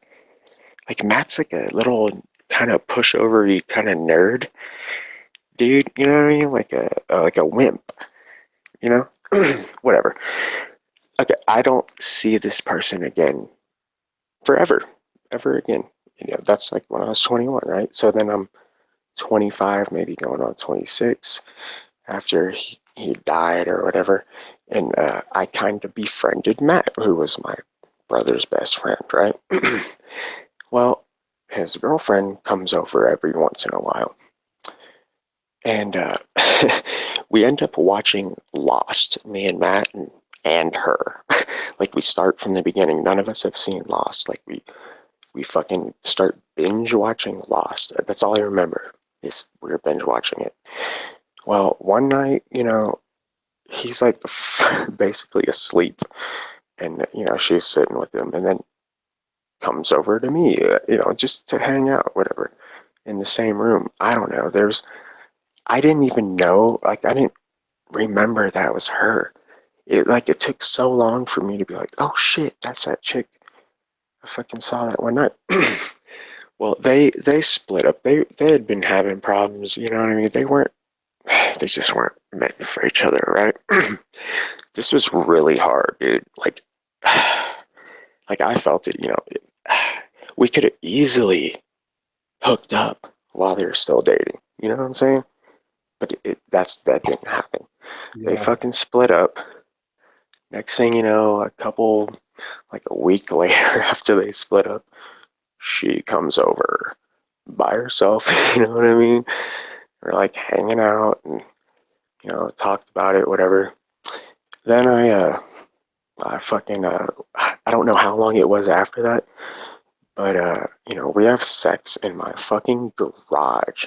She's sitting in like a couch that's like a big wingback chair that's like out in the garage where I used to smoke weed, right? And blow the weed smoke up into the attic. And yeah, dude, she fucking came like super fucking hard. Like, and the last chick I was with, I don't think she ever had like a real orgasm. She'd always like, like, stop, and I was thinking just, about that last night. I was thinking about that last night on mushrooms. On the 5 grams. I was like, do women orgasm or are they lying? But I was like, are they incapable of having orgasms? I'm like, no, and like, they can, yeah, it's I'm mental. like, are the only ones who are capable of like truly having an orgasm and like I'm like, but there are women who squirt liquid out of themselves, like, and it's literally like 18 times more than a man. it's like, I mean, I've had it happen to me. And I'm not just saying it. It's like, I thought she pissed on me. I was like, it was the first time it ever happened. I'm like, what the? Yeah. I saw me. She was like, no, no. I'm like, oh, okay. But yeah, that was yeah. Keep going. Yeah. Yeah, and it was like so much. It was like clamp, and I was like, fuck. It fucking like almost bent my dick. Okay, whatever. It doesn't matter. About the orgasms, it has nothing to do with technique or you or any of that shit. It's a mental. It is, and I'll tell you how I know.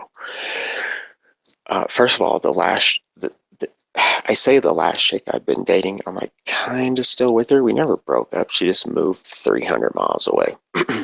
Anyways, she's had an orgasm completely with no touching whatsoever.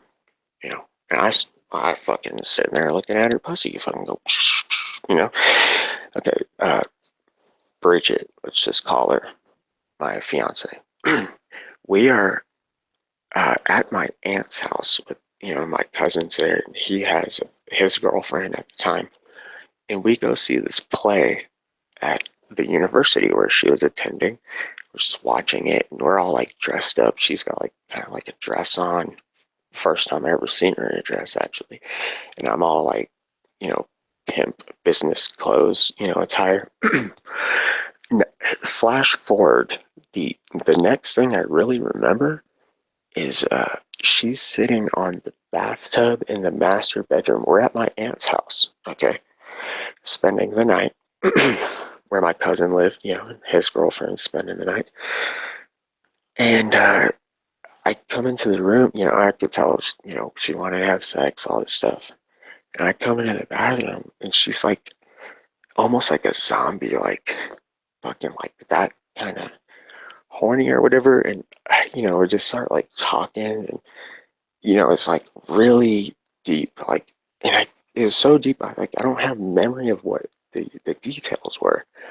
Other than I see shit just start dripping down her fucking leg. She's like fucking sitting there having an orgasm, just sitting on this bathtub, not doing nothing, not playing with herself. Just it was that in like intense, right? Yeah. Okay. See, Back to the psychedelics. Hurry the fuck up. Okay. So, I eat the psychedelics, whatever. Then I start selling them. Then I'm with my one friend, and we have this giant sack of this shit, and I couldn't like sell enough, right? And I had been eating them quite a bit, like just almost for recreation, absolutely not for spiritual shit, right? And no spiritual eating them until this point. So I just had this giant bag of fucking the remnants of the shrooms I was selling. And it had to have been over an ounce for sure. Anywhere between like, say, 28 to 40 ounces, probably. And all I remember is like it over the course of like 3 hours. You know how like you eat them and it takes a long time to kick in, right? And right when they start kicking in, you're like, oh yeah, this is cool. damn, I should eat some more, right? Have you ever felt like that? Yeah, last night. Yeah, okay. Well, I was doing that, okay? And next thing you know, I'm dumping the bag into my mouth, and it's just like the black powder at the bottom of the bag, like all the The gold spores. should be gold too. It should be golden and black, but mostly gold. Um, well, like that dark blue. It was just like the crushed up remnants of shrooms and like a bunch of spores, I guess. I don't know. It doesn't matter because I ate all the caps, right? and then I was just like dumping this shit in my mouth. I'm like, ugh, like just swallowing it whole because it's powder, pretty much. Dude, next thing I know, I don't think I'm dead yet, right? But I'm like, oh shit, I know I'm going to die. I was like, damn. I was like, how? I was like, you know what? I'm sitting there thinking, I know I'm gonna die, right? So what Yeah. do? I decide the best thing for me to do, knowing I'm going to die, is like arrange my items in my house and shit for when people find me. Like, how do I want people to find me dead?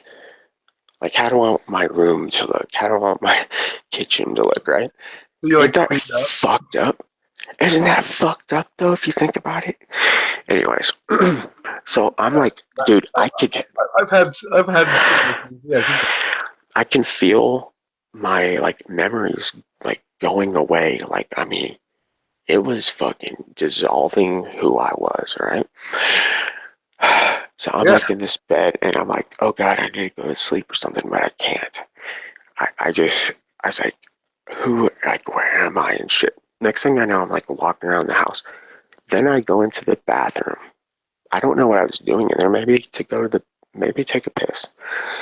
Well, right when I walk in there, I see like this light over like by the shower and commode area, which is to the right. Kind of like a light that I like notice a presence of a light, right? Then all of a sudden, I see this purple light, but it's like a line going straight up and down, almost with a shing sound, right? But it's this like a purple I've never seen before. You know what I mean? Like those colors, you can't produce them in real life, but Yeah. it's like along the lines of purple. It doesn't matter. And I almost felt like, I don't know, something would have been wrong with this purple. Like I was attracted to it. I was like, what the fuck is this? Next thing I know, I look over to where like the white light was, right? And it just starts getting brighter until it floods me. That's all there is. And okay, fucking worst part. I hear fucking God's actual voice, right? And it is like omnipresent and echoing, and like he said, it was something along the lines of, how dare you um question me, or like how dare you even question that I'm not here or some shit, right? And I don't remember what else happened, but I do remember this, right? I think it said something about I love you, right? Like that was like the end of it. And like the light kind of went away. And I was like, I love you too, right? Okay. Okay. Now, Bridget comes home at like 4 in the fucking morning. I can't remember what she was doing, but she had some shit already like pre-planned. And I ate these at like, say, 7 p.m., right? Okay. Uh, okay, I don't know what I was doing. I was like walking around like, what just happened kind of shit. Like, oh my God, what the fuck? Like, totally fucking just shook. Okay, the next day, or like 2 days later, even, she's like, what the fuck? What did you do? I was like gonna call the fucking ambulance or some shit. Like, you're fucking like, uh, just like gone, or whatever. She's like, you just kept saying, I love you too, over and over. She was like, Ace, what are you doing? Like, Yeah. did you eat mushrooms? I love you too. Just over and over. And I don't like really remember that, but whatever, right? So, I was like, damn, it was so.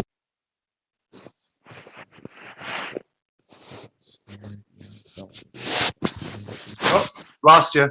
Yeah, fix your mic. Yeah, I felt like I was gonna die and all this other shit. But, looking back at it, I felt like I was gonna die last night too. I know, doesn't that suck? I was That like, fuck. happens when you astral project. If you try to astral project right before you project, like it's so intense, and it's like part of you knows you're about to like leave, and you don't have control anymore, and your body doesn't want to give up control. Your ego fights to fucking maintain control at all times, so it makes you scared. And that time, have you had a sleep paralysis? This is for, I know a lot of people have, right? Nah, actually haven't. Have you heard people talk about it? And Oh yeah. like, Yeah, wow. they're like, yeah, demons were sitting on my chest. They were going to get me. Yeah, the shadow people are all on my chest. Well, they weren't, okay? It's just your ego is out of control, and it wants to be in control. So it's like, I need to fight to fucking be in control. But that's the illusion. You're never in control. Ever. You're absolutely never in control. As much as you think you are, you're just not. It's Oh yeah. And whether it's been scripted only 5 seconds into the future or your whole life's been scripted, I don't know. But it doesn't matter. Or whether the script can change, it doesn't matter. Whatever you're doing right now, it's like futile. What I'm saying right now, I don't have control over it. I really feel this way. Like I've experienced it. Yeah. So, but Sorry, there's go a ahead. minor bit of control. It's just that editing process. I do think you have control over how you feel about stuff, or like, Language. yeah, like, okay, let's say you get locked up in prison. Well, you could feel all kinds of different ways, right? I mean, you could still feel as free as ever because you have your mind, you're like, you know what I mean? All that kind of shit. Huh. Like, and by the way, like, if you know how to meditate, it doesn't matter where you are. You can experience bliss all the time. Not that that's all you'd ever want to do, but whatever. You could choose to be happy or sad over whatever experience. Like, I could choose to be depressed the rest of my life for all the shit that's happened. Like, I lost that mansion I bought when I was 21 because all the friends I had that I had as roommates never fucking paid rent and shit. Yeah. Fucking left me hanging, and then the company, and I could pay for it at the time, but the company I worked for went out of business after 30 years, right? Just straight up, and they had a psychopath in charge. They weaseled his way in charge. That was my first experience with a real psychopath, like for real. Anyway, so we're not going to talk about that. All right, hold on. Go ahead. So my brother passed when he was 26 and I was 22. It seems like we have an opposite dichotomy. Dan, you remind me so much of my younger brother. He was a 3. He was like that rock star mentality. Okay, let me tell you this. You almost like have no respect for money. Like when you were younger and you like had all your birthday money and shit, or like your first job, you probably just had cash laying on the ground. Yeah. Like right by your bed, like just thrown on the ground, right? I still do. Yes.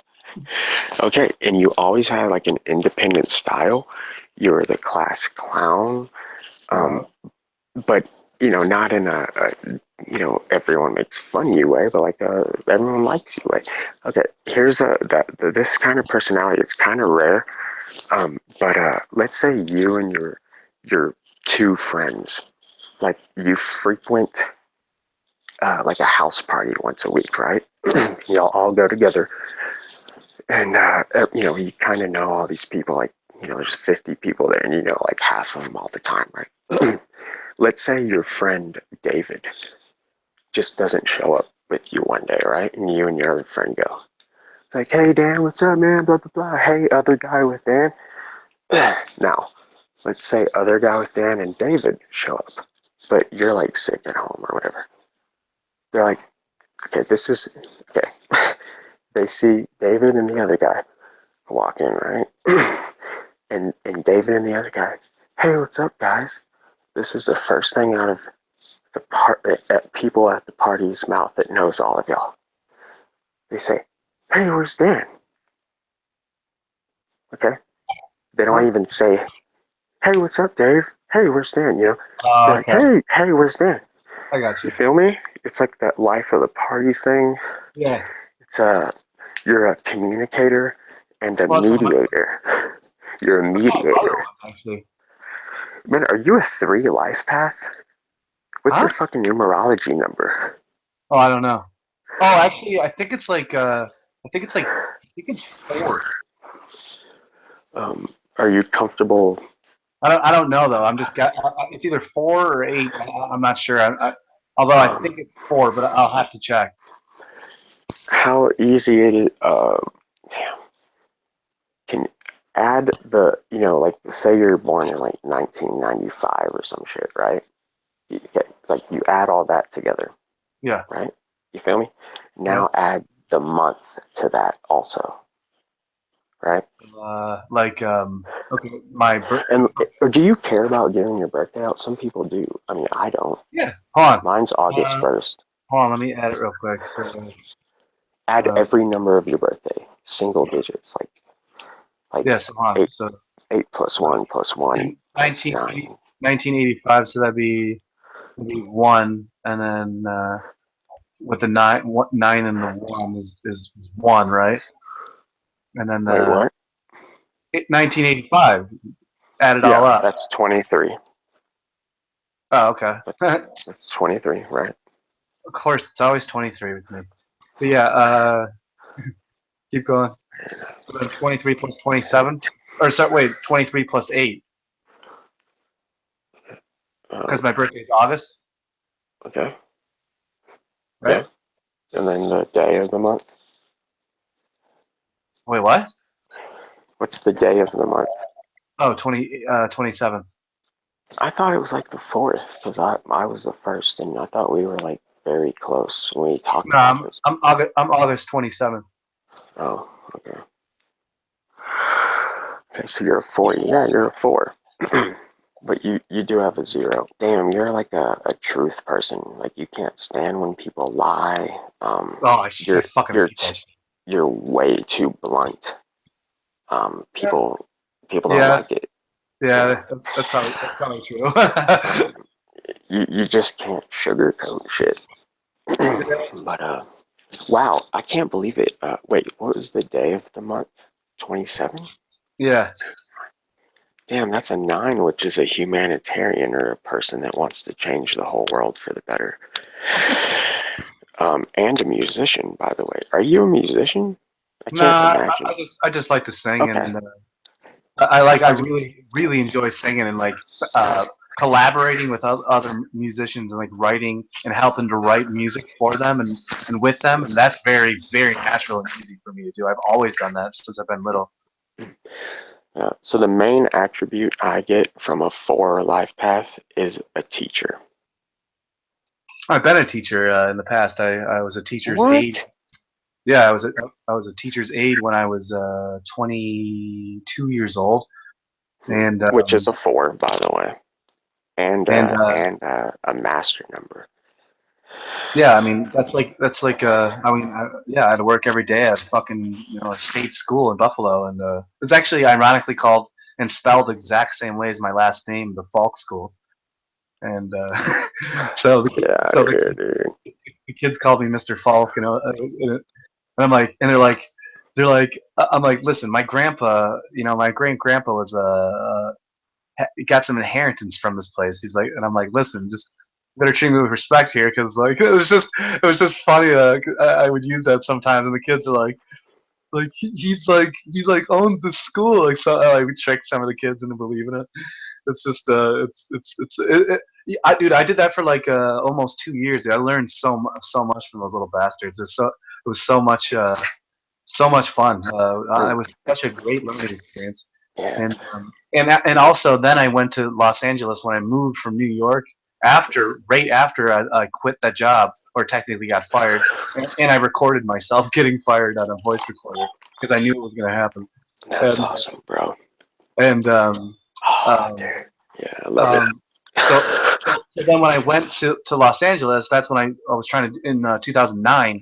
That's when I was trying to be a stand-up comedian. And actually, I was doing stand-up comedy, and then I got a job as a private tutor for Leap's learning services, and that I have a cool story about how I got the job, but no point in getting into that. But yeah, so I actually was a teacher's aide and a private tutor, and I made a shit ton more as a private tutor, $15 an hour up to $21 an hour with 2 students at the same time. So that's when I was freaking like 23, 24 years old. That's what's up, man. Because most people aren't doing shit in their early 20s. You know what I mean? Yeah. So I mean, that's like I did good practice back then. And the comedy thing, there's just so much ego involved, and that's what I was doing right before then. Right before I went on my little mission, I did a lot of psychedelics after my brother got passed, obviously, because I felt like it's just a natural way to. I felt like I heard that was you can come in contact with your relatives, the past ones, and I'm like, okay, well, this is a natural thing where I'm gonna go from here. Dog, it's way more than that. Yeah, that's what you sign up for, but then you find out it's like way more than that. Like, yeah, exactly. So whoa. now I'm just like, oh boy, this is a lifelong devotion, and I'm, I don't believe in much, but I do believe in some sort of divine structured order. Yeah, of course, man. I don't know what to call it. That's the closest thing I can say that I don't care. No one can dissect. But go ahead, make fun of a divine superintelligence. No, you don't have to. Wait. See, debating all that is futile. Debating the Bible's futile. Debating God, all these things, because you don't know the creator or whatever until until you kind of like experience it or like communicate with it. Like I had direct communication with God like for like 4 months straight when I was an atheist. And this was no drugs involved, right? I had done mushrooms a couple times, including that megadose. I was way into meditation. And I was getting into astral projection and shit like that. Fair enough. And then, dude, I even ended up watching this thing. It's called The Story of the Truth of the Light.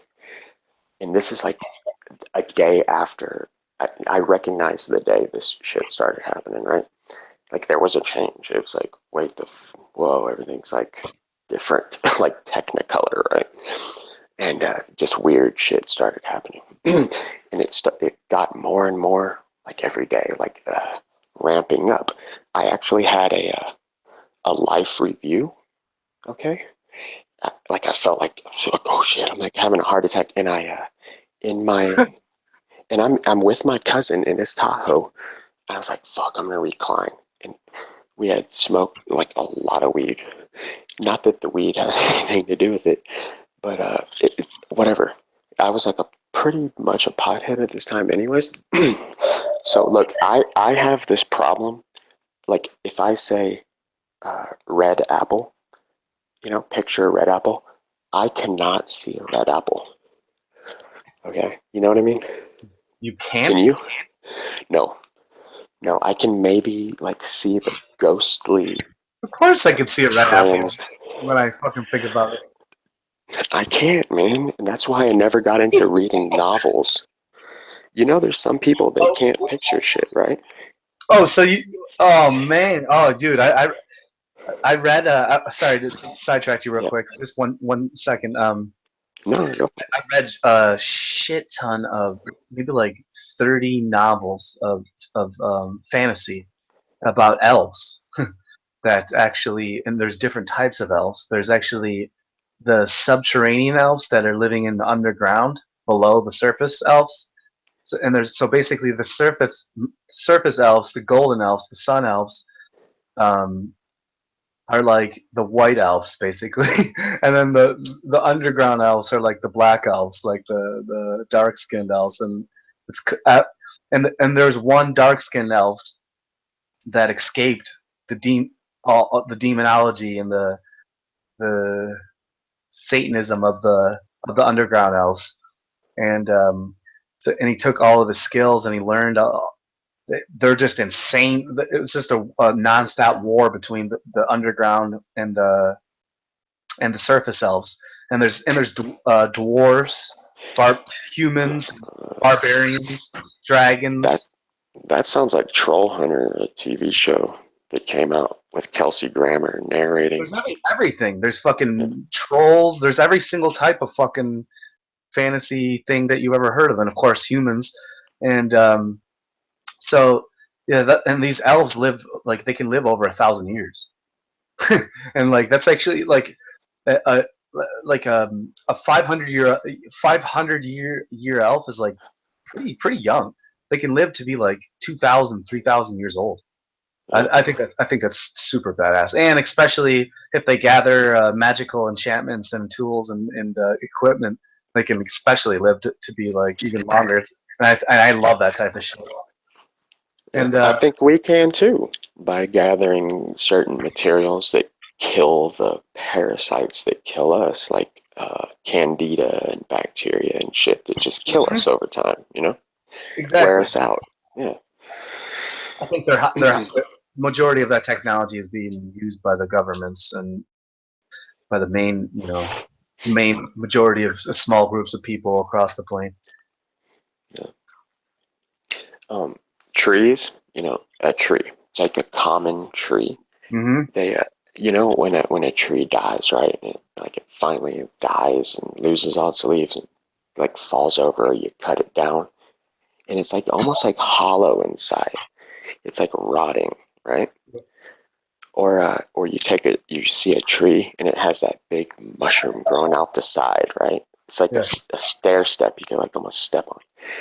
Okay, a tree with that mushroom on the side. Actually, the mycelium is in the very center. It's all in that tree. Oh, that's Mycelium cool. all the way. Yeah, that's Yeah, cool. trees are designed to live forever. They would never die, never run. You know what I mean? They didn't like Yeah, that's lose. kind of interesting. Yeah, I mean, it's like the only way to really die is um, due to some sort of like say lightning strikes them or human intervention or maybe pollution around the area will kill the root systems and they can so there's certain I wouldn't even call it natural but certain unnatural or lightning's natural but human pollution and shit that's not natural so there's certain natural and unnatural variables that lead to the tree's death. Yeah. But yeah, that's pretty interesting to think about. Yeah, there's something always like breaking down and decomposing shit, right? But Yeah, like it's working on. I've been to the redwood forest, the sequoia forest, Yeah, and those trees are thousands. They're like it's like 3, 4. I mean, rumored to be in the 5, 6. Like yeah. these trees are fucking thousands of years old. I need to see them. I need to go Oh, see them. they're fucking humongous, But ridiculous. did you know that that like weird little like mold shit, like this like mold will like grow on rocks and actually erode rocks and Oh, eat it. the mold, huh?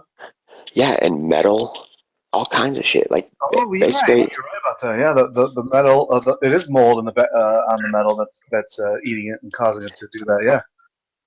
Yeah. yeah. It just disintegrate. It's there's something that's like, okay, if left I'm actually unchecked. I'm about to watch this YouTube video that came out recently called like Cosmic Mildew, and I think that has something to Awesome. do with what you're talking about.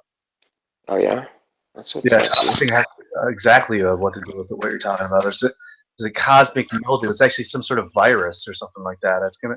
It's a long video, and I have a lot to watch, but Yeah, um, it's I'm weird because whatever it is, it just in general, there's something always like decomposing and trying to like just kill. And there's parasites, you know what I mean? Like insect parasites and whatever, it doesn't matter. But maybe way back in the beginning of the time, there wasn't all that shit. You know what I mean? And maybe yeah, people did live longer. And it's irrelevant now, but if we know about that shit and not like hidden, like cancer is candida, okay? Cancer is a fungus. It's candida. yeah, Candida gives your pussy fucking, what is it? You know, when your pussy, you need shit for it. What do they call that? Yeast infection, or yeah. athlete's foot, or sinus infection. You know, look, science lies. They say shit's virus. Viruses don't attack humans. Yeah. Viruses are the good Um, things.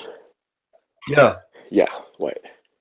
So the very first, I went to the Cosmic Mildew, and it just came out October 8th, 2017, and it says Cosmic Mildew 2.0, and I clicked on it, and it's an hour and 50 minutes, and the very first thing it starts talking about is mycelium. So I told you this thing is related. So here, I'm going to give you the link to this. And you know what? I'm going to put it in the chat room. Give it to everyone. Oh, I just drank this banana shake. Whew. Banana and liquor. Oh, not that good of a combination. I might regret that one. So let's see here. Here you go. Ooh, spores everywhere. So check this out. Oh, Musicians for Truth says Cosmic Cosmic Mildew is great, Dan. So he already fucking watched it. So Dread has already watched. That's pretty badass. So yeah, I just shared it for everyone. And Dread, go ahead. Thank you, Musicians for Truth, Morgan Alice, Ace, 16, Wobbly Boost, uh, Chase, Chess, Flatman, Land, Power, and Math. Kyle McDonald, you disappeared, but peace out. It stinks that you quit Facebook, but yeah, I really haven't been on it too much lately. It's kind of nice. So let's see here, and that's about it. So if you can like and share, that'd be badass. Subscribe to this fucking backup channel here, and check out the description box, and then you can subscribe to the Instagram, the Twitter, and to the main channel that I hopefully will get my YouTube back soon. Well, it'll probably be like 2 months, but goddamn it. Oh Yeah. man, yeah, I remember that. That's stupid. Man, Kyle left? Are you kidding? That's some Shelly shit right there. I like that guy, man. He Huh? doesn't show off often, but that was cool. He showed up. Yeah, for Uh, sure, man. and Musicians for Truth says, "Oh, that's cool. The Cosmic Mildew is by the same guy that did the No Trees on Flat Earth. So this is going to be quite interesting." Hey, the No Trees guy did a Matrix thing, and I started watching it a couple months ago, but I didn't finish. And Yeah, not because uh, the No Trees guy. Look at his channel. yeah, I love it. He has like What one is or his channel? two. I don't know. It's a Russian name. It's Is it characters you is, can't even is, type on your phone. is it? Oh, really? Yeah, just type No Trees on Flat Earth. I'm sure you'll find it. Okay. Yeah, the Matrix one. It's good, but it starts out a little woo. But damn, this nigga fucking like, sorry, this nigga puts it all together, dude. Oh, another one, real quick. You know New Earth channel, right? I heard of it. Yeah. She, whatever. She talks about like all the pyramids and megaliths and Oh, doesn't okay. believe history. She's onto some shit way beyond fucking pyramids, right? Like the Great Pyramids, Did you like ever hear these. the starports? Yeah, that kind of stuff. And megaliths that have like stones that are like as big as a city block. I mean, we're talking like hundreds of thousands of tons and shit. Yeah, yeah. Does she Like, talk about those titans and shit? The titans with the mountains. no, but Oh, she. Okay. You know what I'm talking about, what? like J Dreamers and some other channels. Yeah, yeah. Sub, Oh, yeah. subphonic, whatever. Subphotonic and J Dreamer. That guy's insane, but he's on to something too, though. But he's insane. No, I love that dude. But Jerry the he's Man insane. I Subatomic, love him. and Yeah. no, I love that dude. I would love to have him on. Actually, it would be simple. All I have to do is really ask. But Ask him to yeah, show him I sleeves, actually man. would love to have the Subatomic and G Dreamers on at the same time. And actually, I And already Ace. talked No, to I'm just kidding. Jesus, man, fucking stop with all those What? beeping noises and horrible noises. And Me? yeah, there was a lot of weird noises. It was like beep. But I Oh, hope I asked J Dreamers if I could if he would come on. He said yeah, but so basically all I have to do is just set it up a date with yeah. uh, Subphotonic and J Dreamers, and actually I'm pretty sure he's like live right now. And I can't believe I haven't met Jay yet, man. Because he lives in Colorado, but oh it's like yeah, you should freaking meet him. Colorado Springs. ODD's met him. Oh, Have you real met quick. Jerry? Have you met Subphotonic? No. Yeah, he lives there too, I think, right? I think he lives in Colorado. Probably he lives close enough to Jay that they linked up, but Yeah. that's like 400 miles from me either way. But it's Oh, okay, yeah. I would drive there. 4 hour drive. It's whatever. I would drive there. Yeah, shout Apparently out to Jay's cool shit, man. Subatomic and J Dreamers. Oh yeah. Yeah, but you were saying? Oh yeah, that's right. The New Earth lady, Yeah. her last video that I saw that was like, oh my god, like on the level of some of these other videos we're talking about, like with some knowledge. It's like, what, nigga? Like it makes you think. It is called Growing Megaliths. Okay, and basically it's talking about like that rocks like grow kind of like plants, maybe really slow, or maybe they used to grow faster. Some do. Look, and they look like fucking mushrooms, a lot of them. Okay, and some of these, like you'll see like this, a bunch of little rock features, right? And then you'll see this like thing shooting out sideways and then curving up with a mushroom top that's like fucking 30 foot tall, right? And it's like, no way could that have eroded, right? Yeah.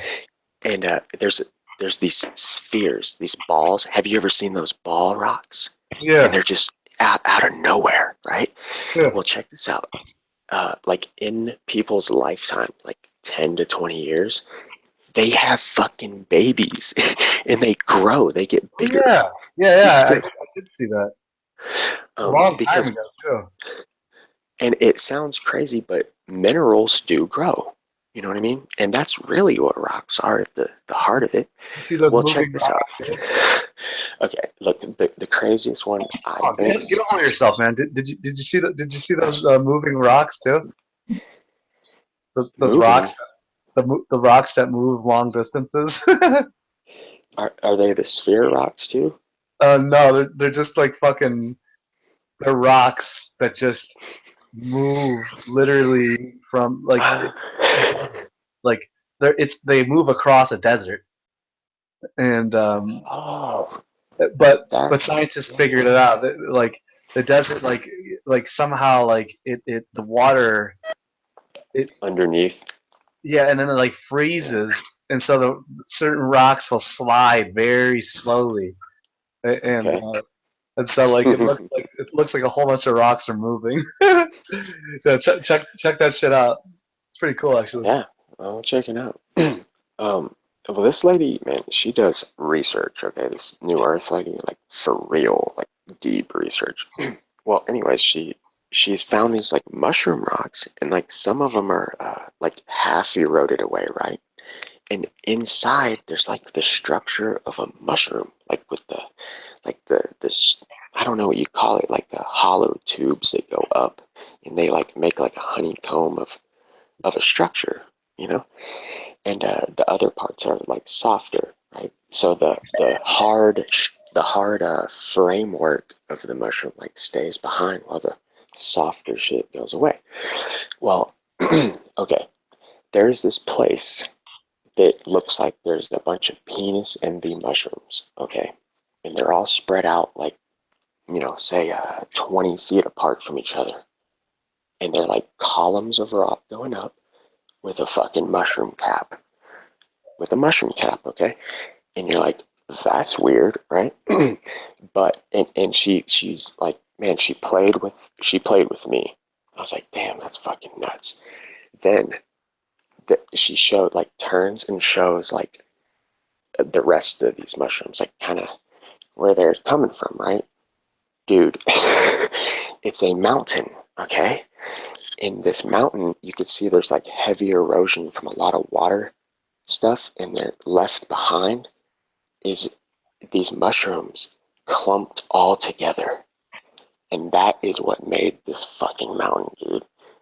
Like, it Oh, leads okay. you to believe that these mushroom rocks all growed up together and, like, form, you know what I mean? They, like, clumped together to form a big giant fucking rock mushroom.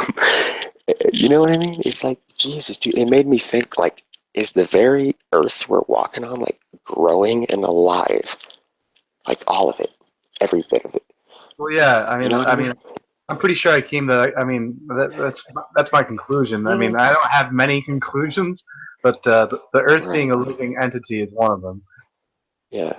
And I've always kind of like thought stuff like that, but this is like hard evidence to me. And it's not hard, to some people they could blow it off, but you know what I mean? Like, this is like, oh shit, this like puts the pieces together for me anyways. Like, of at least this mountain, you know. It looks like the fucking things grew together, dude. There's no other way to describe it. And Devil's Towers and all that shit could be just something like this, you know? Like, Devil's Tower could have grown upward. It might not have been a tree per se. Maybe it was something else, right? Like a growing rock type thing. Anyways, so I'm trying to find this. I'm trying to find this thing called like the axe of the gods or the hammer of the gods. Garden of the Gods, right? And it's a rock formation. And Garden of the Gods or something else. no, Oh, that's in Colorado. Let's see here. Where the fuck is it? So if anyone knows what I'm talking about, there's this rock formation that looks like a giant axe or like a giant mushroom or a giant snake. Holy shit. I just found like one of those balls that you were talking about, except it's a fucking humongous ball. And it's split in half. Jeez. Um, but I'm trying to find this. Where the fuck is it? And it looks like that's weird because I found it quite easily last time. You know, hold on. Let me go to instead of images. Let me go to all. So maybe that purple thing will come up in my past. So axe of the gods, rock formation. How about ooh? try searching like a description of what it is. Okay. You know what I mean? Like Yeah, I was just thinking about. rocks that look like this or some shit. You know? Hmm, Yeah. um, um, ah, national.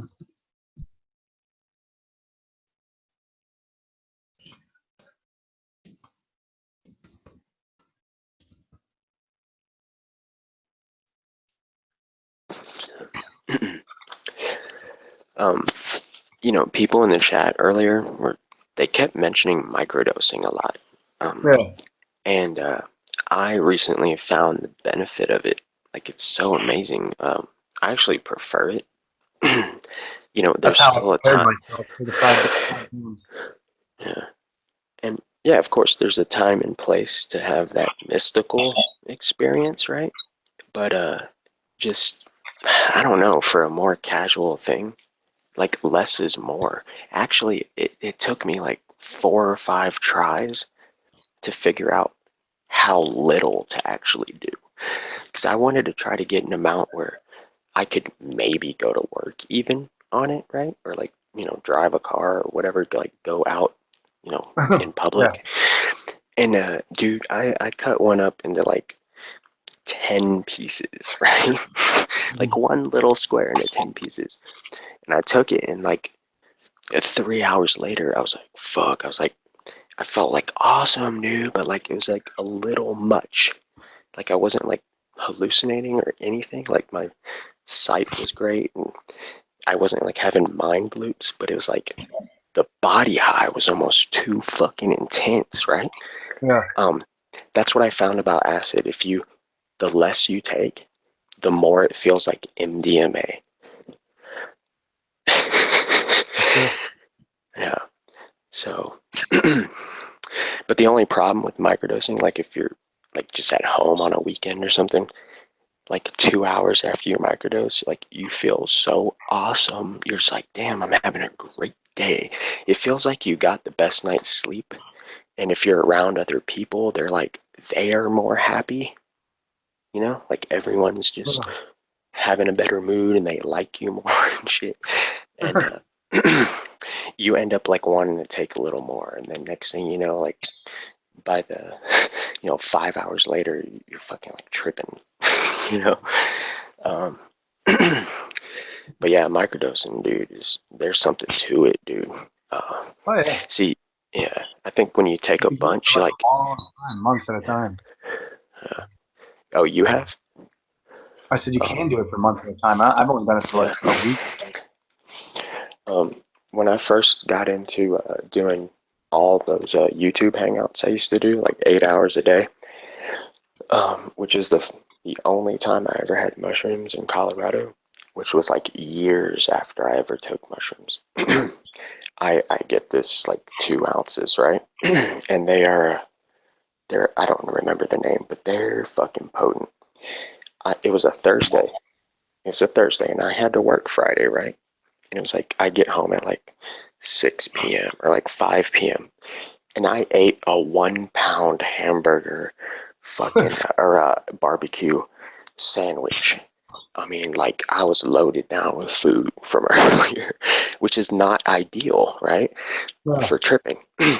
So I pick out like one of the smallest caps, which is like the size of my little finger, like the tip, and I didn't even eat the stem. I'm like, I'm gonna just sample it, right? That's what I'm thinking. Well, like 2 hours later, or like 2.5, I was like feeling a little kind of nice, finally. And I was like, you know what, fuck it, I'll eat a little bit of a stem, right? So I'm like sitting there chewing this stem, right? Like chewing it and like, ugh, like it's hard to swallow if you don't chew it all up, right? As it starts to go down my throat, like the second I start swallowing I'm like, oh fuck. I was like, oh shit. Like it's like all of a sudden this shit kicked in, like I injected something. Like it was just like, I was like, oh fuck. And I knew. I was like, oh fuck, dude. Oh no. I'm gonna be fucking tripping, nigga.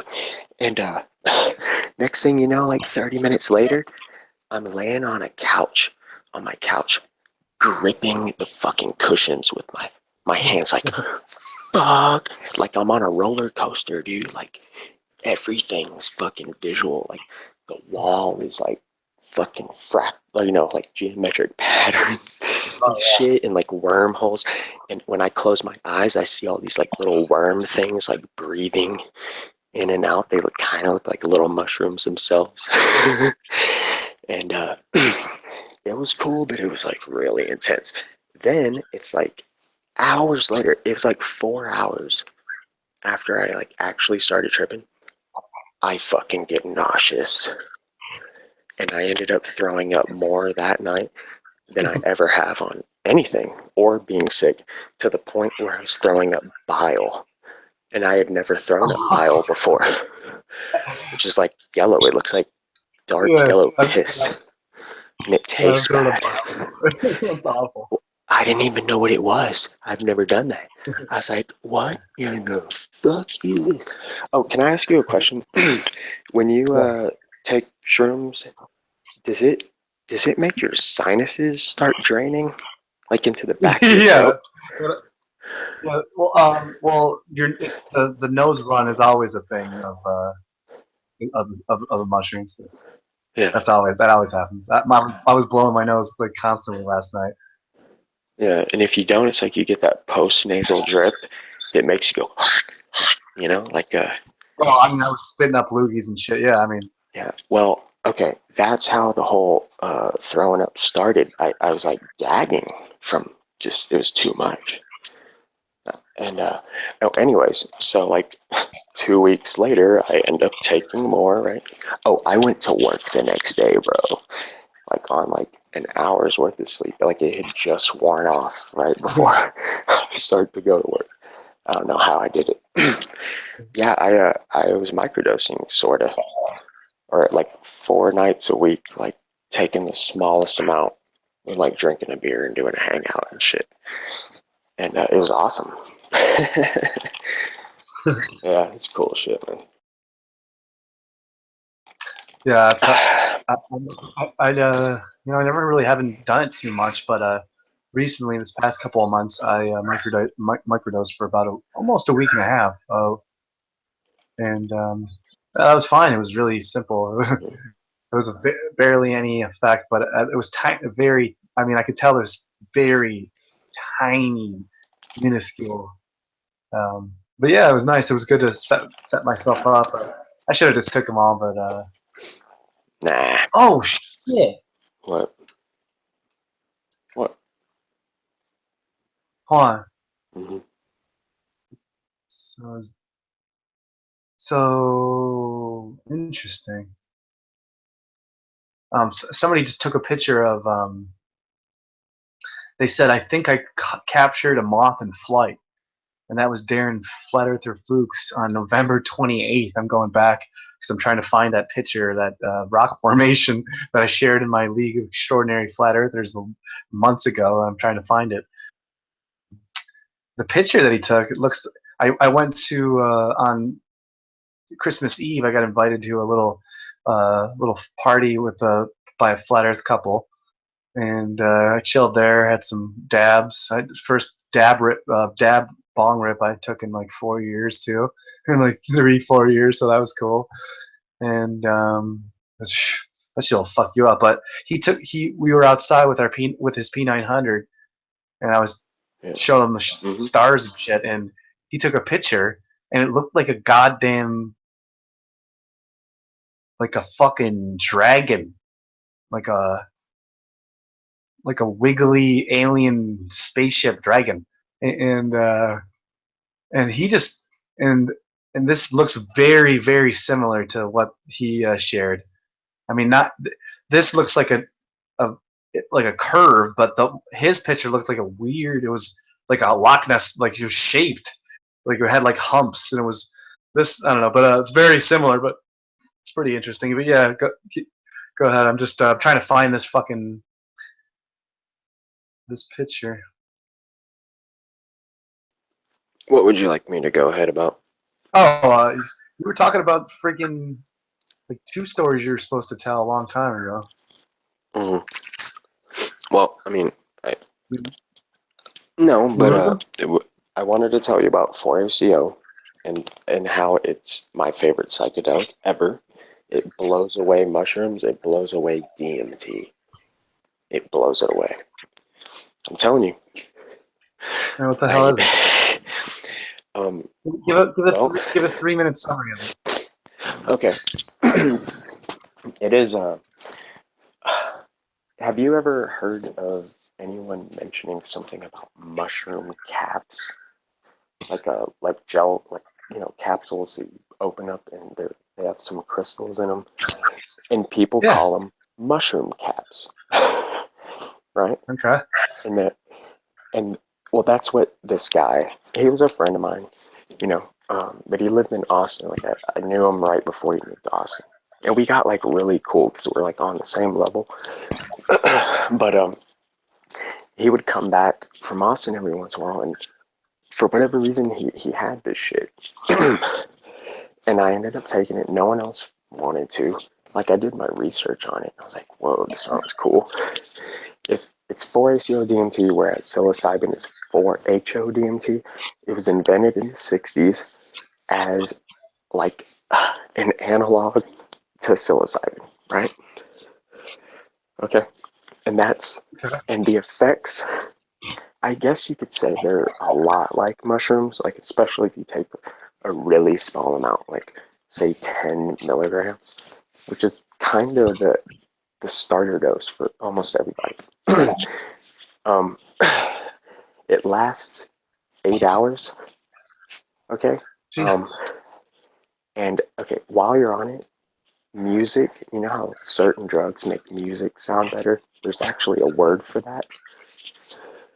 You know what I mean? Where you're like, oh, I know what the artist was thinking. You know what I mean? Like, it's just music just fucking sounds good. Bass sounds awesome. Like MDMA. You rolled, right? Have you rolled Yeah. like really good on like pure, like really clean roll before, right? A good roll. Huh? You've had a good roll on ecstasy before? The closest I ever did was MDMA. I've only done that. Yeah. Okay. Wait. That is what it is. Long time ago. Long time ago, apparently they told me it was yeah. I took one a long time ago, and honestly, I didn't really do too much to me. But this one time I went to Los Angeles, and there was a birthday party, and let's just say there was sake involved, karaoke, a birthday party, and MDMA, and I had a very, very good night. Nice. Yeah, Yeah, I was like totally in tune with the masculine and the feminine like you energies, and I was like reading everyone's minds and intentions. I was like, wow, I know what everyone's gonna do tonight. I know who's fucking tonight. Yeah. It's like you just feel love, like you feel the love Yeah. of the Oh, it was universe, amazing. right? Like I was like, people were coming over. Yeah, that was definitely, I felt that love. Yeah. While you felt that, well, since it was like one of your first times, you probably didn't notice. Yeah. But did you ever feel this underlying feeling like it was hard on your body, like it was hard on your body in any way? You know what I mean? Like I remember saying, I repetitively kept saying over and over again. I was like, yeah, this is it. yeah. I'm like, so this is it. This is all. I'm like, this is awesome. I'm like, this is it. I'm like, oh, this is great. I'm like, this is it. And I'm like, man, I'm like, and there was other people like in the corner, like sad, like a dude like literally like crept, like was like on his knees, like in the corner. It was like really sad. I'm like, wow, that's weird. And other people were just like drinking, eating, and singing, and I was just witnessing every and like I was calling people out on their bullshit. I remember I was like, Yes. I actually like screamed at one point. I was like, everyone like cut the bullshit, like stop like fucking lying, and like the pretension. You could feel the pretentiousness, right? yeah. And then like all of a sudden, this like girl and this dude and this other girl like sat next to me, and they're like how did you like know that, like how, and they were just like, they wanted to know like how I could like, because they knew I was right and that I was true and I was being honest. They're like, but how did you know that? And that's happened to me before on mushrooms. I've literally gained telepathy where I've before the people start talking to me, like literally I answer them, and then they get upset because they're trying to speak and I'm already answering them over and over again. So they become confused and their egos goes out of control. because I'm just answering all their questions, and even with my own telepathy, I don't even need to. I don't need to speak, and I'm interrupting them with the answers, and they're just going insane because they can't do it themselves, and they're like, why can you do that and I can't? And they're like, it's just such an ego shattering thing to be a part of. You And can't because you're trying to. it's interesting. Like I wasn't like it was just Sorry. it was just happened to me, and like Yeah.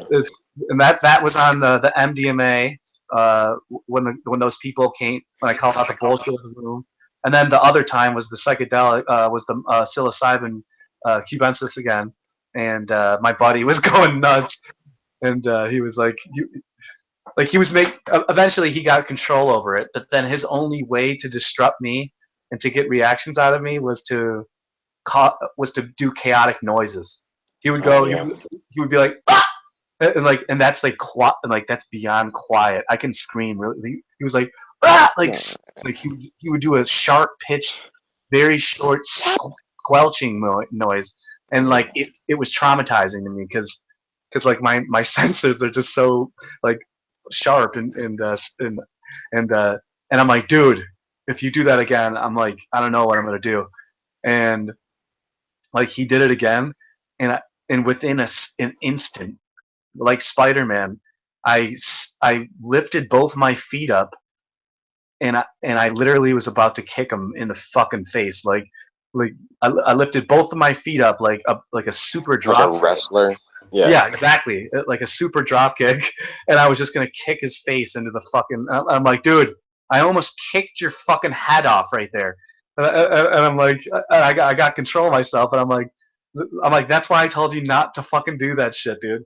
And like, it was just, it was just like that's like him purposely he was doing that to get, because he was like, I don't know, he's trying to get a reaction out of me. And luckily, I still have control of myself. I can kick his face through a fucking window. Yeah, I get uncomfortable around people. One time I was on That's why I don't do it. That's why I don't do it around other people anymore. That's why I do it solo. Well, okay, here, like this. Okay, I took shrooms once, and I'm driving home in my car. And I ate a fresh, like 2 fresh caps that a friend gave me, and I'd never had fresh ones, right? And man, it's like, and I had like a 40-minute drive, which should be plenty, you know. It's not gonna kick in that hard by then, right?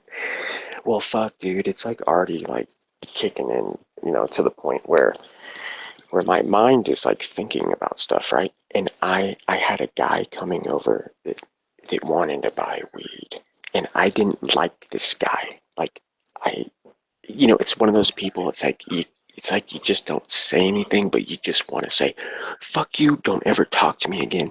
I fucking hate you." You know, like that kind of.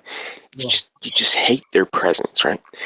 And I was telling him, I'm like, no, man, I got, you know, blah blah blah, and I was like dreading. I couldn't stop thinking about how I just didn't want to talk to this guy. I didn't want him to be around. Next thing you know, this motherfucker's at my door with another person that I was more friendly with, but I didn't want to see either of them. Yeah. You know, I was like totally not wanting to be around people. And yeah, I know what you mean about seeing the pretentious people. I've been to a lot of raves, but I've only like done MDMA maybe like 4 times ever at a rave, and like 3 times ever at like a house party rave that I threw at my own house, right? So like I've done it like maybe less than 10 times. Well, the worst part is when you're at one of these raves and you walk by a group of people that's like at the bar and they're drinking. And to me, they look like fucking demons or some shit. I'm not even kidding. I've seen that a lot, like a lot. And the people that are like all like cracked out and shit, I don't know if they're on, you know, they might think they're on ecstasy, but they're like really on a bunch of meth. They just, I don't know, they look scary. They're just, I don't know, it's weird. It's like you can see people's true, and then like a chick that there's like a certain kind of chick that you might not think in regular life all the time is like really your type or like physically attractive, she might look like super fucking beautiful, you know? Fix your microphone. It's, what's that? Okay, much better. Yeah, I unplugged it. Yeah, it's like you see people's inside beauty. You know what I mean? Oh my god, dude! I've seen women. I've seen a woman, much older than myself, who tried to seduce me, in a room that we were in, and Yeah. she wanted me to sleep in her bed, and we had separate beds, and she was unbelievably upset. Like she couldn't believe that I was sleeping in a separate bed. So I I'd know what sleep you mean, bro. with her, and instead of sleeping with her, Yeah. and actually I just got done smoking some hash, and hash and some cannabis combined, and I was totally like, I'm like, dude, I can smash right now so easily. I'm like, I'm just not into it. Like, I don't want to. And actually, I was in the redwoods, and then I was living in the redwoods for like a camping in the redwoods for like a week at a time then. And dude, she like hopped on top of me, and like literally hopped on top of me on my bed and like pinned me down. And dude, I swear I saw a succubus demon. Like she was like her tongue, her eyes. There's like I was like, oh god, like like and I didn't like. I obviously got her off me, and it wasn't like anything violent or anything. It was like, come on, like get the fuck off me, like geez, like and yeah. So that's true. There demons come in male and incubus. A male demon is the incubus, and the female demon the succubus.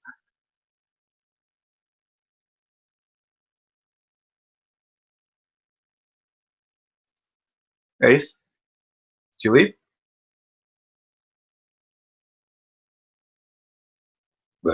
Pardon me. Let's check out the chat. I'm still looking for this goddamn. I'm still looking for this rock formation.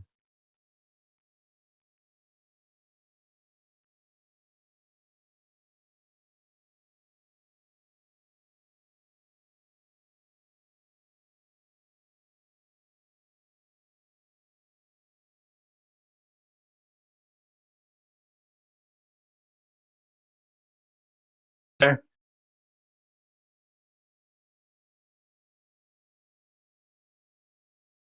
Nice. I got back. Thank God, dude. Um, I'm on my phone. Can you hear me? Sorry.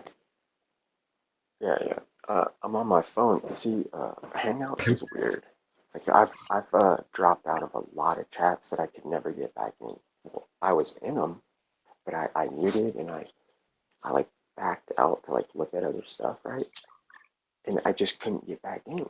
Because if I try to like reload Hangouts, it's like you're already in the call. Like dumb shit like that. And like Dread's Hangout, because he has OBS. You've been exposed. When you join this, Dan, you know how when you join some Hangouts, there's like a Hangout room, right? There's like a chat room that opens with everybody in it. And you Yeah. can type, like post pictures. Well, that's not always the case. Like, is there a Hangout room right now? Huh? Is there a Hangout room right now? Yeah. Yeah. Oh, okay.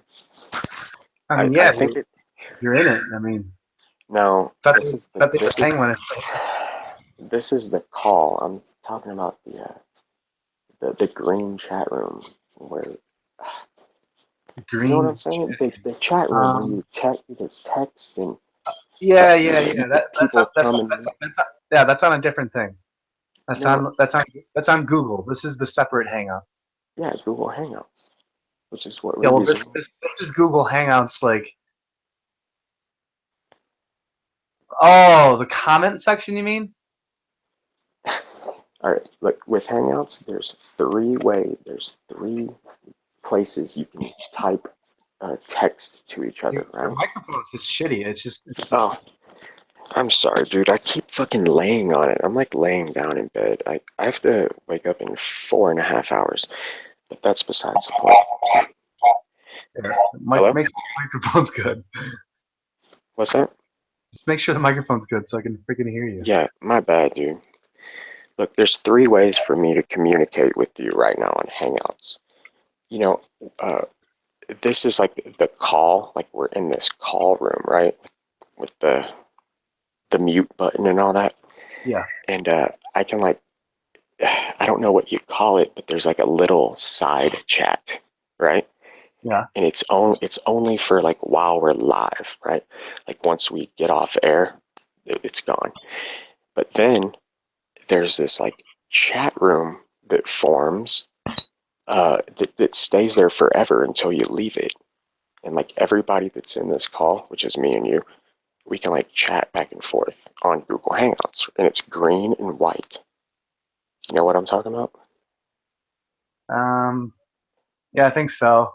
But yeah, what Like about if it? you go to your Gmail, to Yeah. the left, there's all these like chat room things. Yeah. Okay, that's like Hangout chat rooms, right? You And go to my then there's channel. what's that? It's like on your YouTube settings. You go to my channel, No, that's different. That's your YouTube chat. like the messages. Isn't there like messages you can do on there? No, I'm talking about Google Hangouts itself. All right. Nothing about YouTube yet. All right. Yeah. What I'll about it? tell you what. I'll send you. Well, that's. I don't even know now, but I was talking about that chat room about. I think you were gonna send something there or a link or some shit, if I'm not mistaken. What, the cosmic Whatever. mildew? Huh? Cosmic mildew?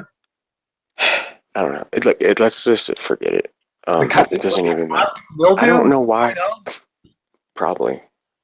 Jesus. So you mean like you mean like Look, I don't know why we got on this subject, but the chat room where everyone's talking? that's the YouTube chat where people are watching us live. Yeah.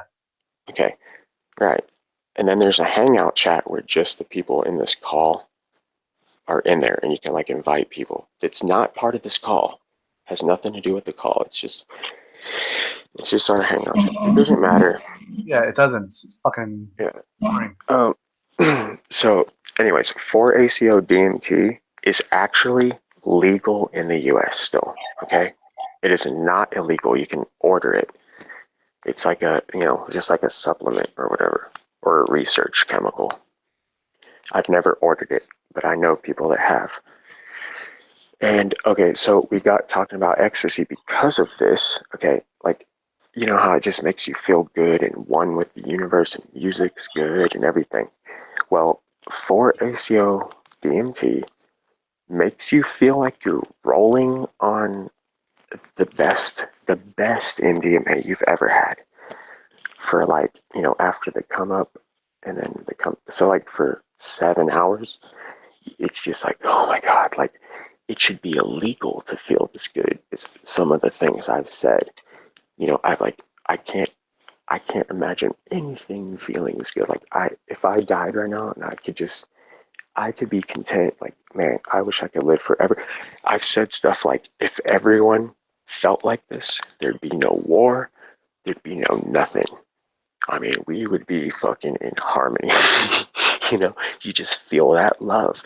Um, on top of that, there's been a couple times where it's been like so good. I mean, it feels like you're fucking having an orgasm, but like the peak of an orgasm that's been extended over several hours. It's like, I don't know, but there's no, you don't feel bad the next day. In fact, you have what's called a DMT afterglow. Yeah. Or, I've literally mushrooms. I've gone to work right after taking DMT, right right after, and Yeah. the people I was a dishwasher at the time at a chicken wing restaurant, famous in Buffalo, And you have a grin on your face the whole time, and right? dude, I did, and or just a smile, a very small smile, and I was just doing the dishes very peacefully and calmly. And normally, everyone's trying, going insane and trying being chaotic, and I'm just doing the job and helping everyone out, and like being and just like getting everyone back on track and being super calm and keeping everything clean and one of the coworkers, a few of them actually, some of the women were talking to me. They're like, and then a couple of the guys that I was working with were like, dude, they're like, what did you do? Like, what's going on with you today? I'm like, I took DMT right before I came here, and I'm basically just, on the come down right now, and and it was it was just it was great, man. Like it was You're very high off knowing, you know. yeah. I was just so calm and like I was so happy to be in human world and doing dishes and like I'm like yeah, I'm like it was like I know I just met like my soul and my brother and aliens and the goddesses of the higher planes and some DMT tykes and shit, and now I'm doing dishes in fucking chicken wing restaurants. And it's great. Yeah, it's like kind of like when you fall in love with somebody or some shit, and it's just like everything's great, you know. You're just in such a good mood, and it's like I love it. Um, so yeah, that's those people that say for real. that those people that Yeah. say that meditation does the same. You could cheat these things, with meditation. No, you can't. You're a liar, and you never have. You never Yeah. achieved anything close to No. what we're talking about with your Right. measly Yeah. 15-minute or hour meditation. You're a fucking a globe head liar. Yeah. I've also had astral projectors, globe heads, Yeah. tell me that they've seen the curvature of the Earth in their astral projections, and that's proof of the evidence of the curve. No, they haven't, because an astral projection is a projection. It's just it's like a dreamscape. You know, it's not the actual world. It's like, You don't. wait, isn't it called the astral plane? Isn't it called Yeah, the exactly. Or the etheric plane. yeah? There's other Like, planes that are higher. they're called planes for a reason, you fucking amateurs. But Yeah. I'm gonna if you can keep talking, I'm gonna pour another drink, a quick whiskey, real quick. How much time do you think you got left in you? Uh, it's whatever. It doesn't even matter. I've been getting like 3 hours of sleep a night, dude. So whatever. But I do have a one-on-one interview with like the supervisor of the laboratory, like the area that like she's like the biggest wig, right? And That's fucking sweet. I'm a I'm a contractor right now, you know. But I so anyways, it's fine. I could stay a contractor forever, but I would like to get hired on to this company like as their employee, because it's like, man, they take care of you, right? Like fat. Anyways, but whatever, that doesn't matter. Just make sure you get some I freaking sleep. I'm gonna tell you about the meditating. First of all, those people that say that, they haven't smoked DMT, okay? They haven't taken ayahuasca, because it's like a condensed. Your microphone, bro. Sorry, yeah. I know what it is. I have this case on my phone, and it's preventing my jack from like fully plugging in. So like if I tug on it too much, whatever, who cares? Okay, the meditating thing. Sure, it's good. No, they don't know what they're talking about. They've never smoked it, so they can't compare it. Well, I can, okay, because Wow. I did a lot of meditating and astral projecting. I did lucid dreaming first. Um, and you don't you just don't gain that much from it until you get to like the astral projecting, or like the energy types of meditation, where your body's full of buzzing energy, like kind of like rolling on MDMA, but with nothing. Until okay, so I had this Kundalini awakening.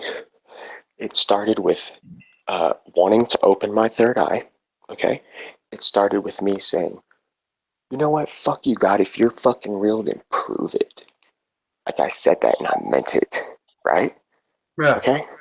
Because I was like, how could you let all this fucking bad shit happen, right? Yeah. And like, I'm like a good fucking person. My brother was fucking good, and my parents don't deserve this. They're like the nicest people I've ever met. You know what I mean?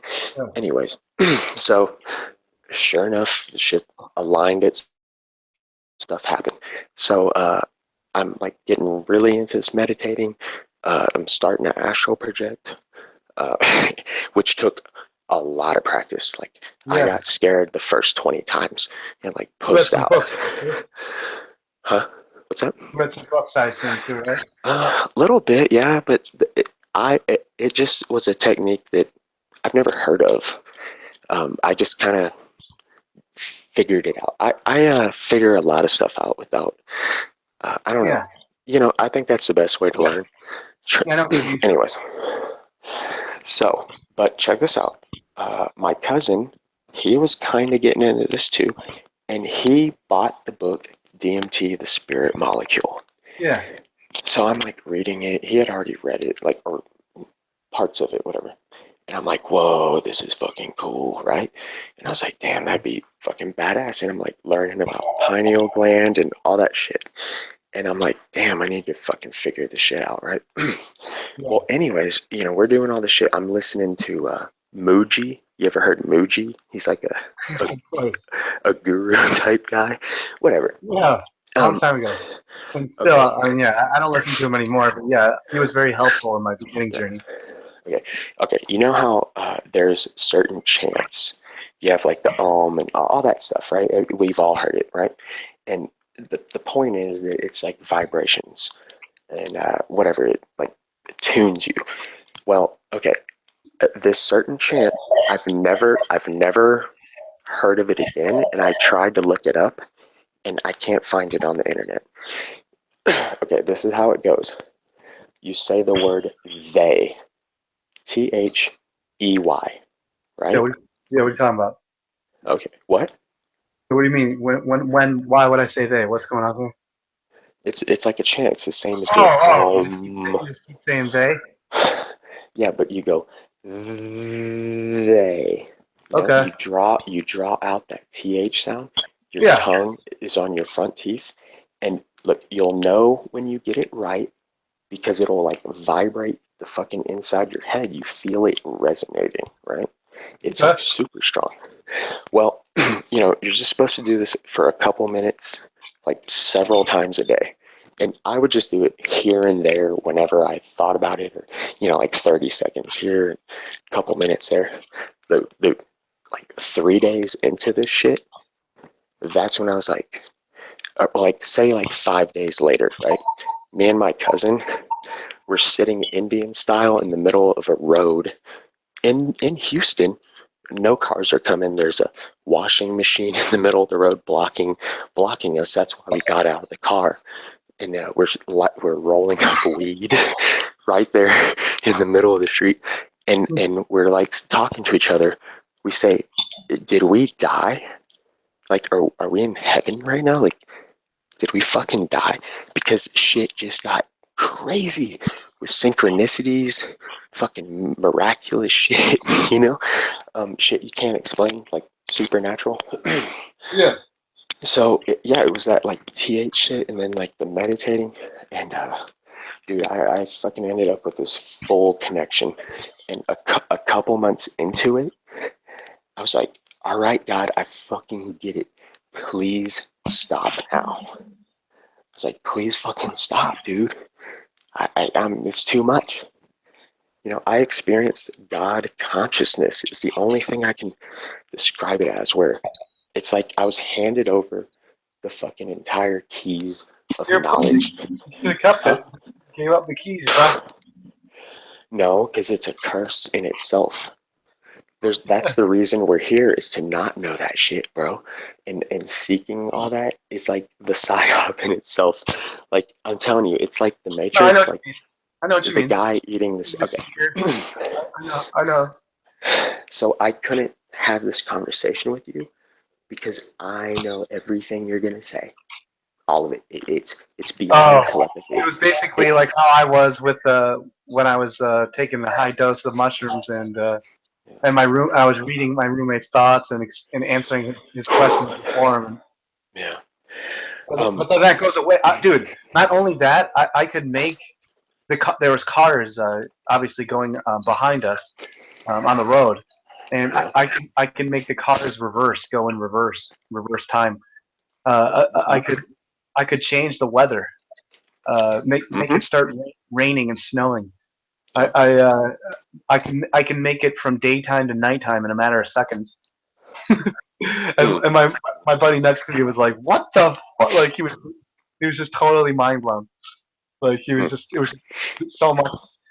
That was the same buddy who was mutating, turned into a T-1000, and was getting sucked the into a steering wheel, like through a different dimension, and he was shape shifting and struggling with his inner reptilian, trying to hold it back and not come out. And I'm like, oh, he was literally screaming, like holding his hands on his face like a movie, like, ah, ah! Like, totally insane. I was like, wow, that's just intense. Yeah. And like, I would love to have him on, because he was the person that actually introduced me to mushrooms when I was like 21 years old. And Hey, hold on. I never meant to give you mushrooms, girl. I never meant to bring you to my world. And now you're in the corner crying. Have you? That's an Eminem song from before he was popular. yeah. It was like his first shit. Yeah, I would love to relive those stories and get his, because I've said that to him and we talked about it. Actually, dude, I actually with him, and he's a witness, and he'll say, "Dude, remember that time where you unpissed and unshit yourself?" And he's like, "Wait, what?" I'm like, "Dude, you may just think I'm just telling a story about, like, dude, you're trying to like pretend that you pissed yourself and shit yourself, and then that you trying to lie and make up for the fact that you shit yourself in your pants and you had to change your pants." And no, I go, dude, I can do anything I want right now. I go, watch this, and I literally pissed myself and shit myself, and I go, watch this, and I'm like, dude, you see it? You see it's wet? And like my pants, and then literally I reverse time, and I'm like, there, he's like, dude, you just unpissed and unshit yourself. He's like, it's the craziest thing I've ever seen. Yeah. So it's like, yeah, this is the power of these things, where you can unpiss and unshit. You can make the sun and the moon go out in cycles, Yeah. change the weather, reverse the fucking cars behind you, change time, get sucked into different dimensions, millions of years that span millennia and aeons, and then and then you realize, oh, I'm like a yin and a yang, and like, but I'm one person, and I play these games with myself that I'm like a time traveler and going and splitting up my souls in different fragments, and then I meet up with these certain people that confirm my thoughts, and it's like, oh, okay, cool. So it's like, it's just a good time. I'm trying to. When you meet those people, you like feel your energy like instantly going up. You're like, oh shit! It's like you get like you. Yeah, exactly. Sucked out. Actually, sometimes you feel. I've been around this when I went to Esalen. There was a shit ton of those people. Like everyone's energies was off the charts at Esalen. Some were very very dark. Well, I'm like, I don't want to talk to that person. I would like to say but this real quick. All what? the stuff with like, see, those might be considered miracles or whatever, right? Or like, you know what I mean? Like, Huh? people would call it that stuff with like making the sky do things. You know, Yeah. that's like kind of like miracles. Okay, that doesn't work if you're just like by yourself. Yeah, Just, your microphone. Come on, man. What? Your microphone. It's just a little unclear. Fuck, dude. Why does it always go under my head when I lay down? Those would be kind of like considered miracles in a way, you know, like making the sky do weird shit, right? Yeah, keep going. I am saying that doesn't work if you're just like by yourself and you just kind of want to do it just to do it, kind of. You know what I mean? Just like winning the lottery. That's a confirmed thing. You know how like there's confirmed like you're tripping with someone who's also under influence, and you see the same stuff, and you have a shared hallucination. Yeah. Yeah, so Well, that's like a fact. You know, shared hallucinations are like that's been reported since the beginning of yeah. fucking of ontology or botany and all that shit. Oh, okay. Well, I thought you were talking about in real life. This, like for real. Well, okay. What? Well, yeah, this did. I mean, I was tripping. And Yeah. that is real life. Yeah. Well, yeah. But Well, that kind of stuff can happen. while you were under influence, everything I just said happened. Everything I just said that all happened. Yeah. I'm not saying it didn't, because I've had equally crazy shit happen. But I'm just trying to say that all that can happen with no drugs involved. Like neither Uh, you or anybody. I don't know about I'll that. give you the most Give me an example. egregious example. Okay, Yeah. is when me and my cousin show up to this little kind of party hangout. There's like 12 people there. Okay, most of them I didn't know, but a couple people I did know. And I started playing around with asking like God for a sign in the sky, because I saw this video of this guy saying, whatever Elohim, this and that, like, and he made these orbs appear like in the sky, and this was on like the news, right? Like local news or whatever.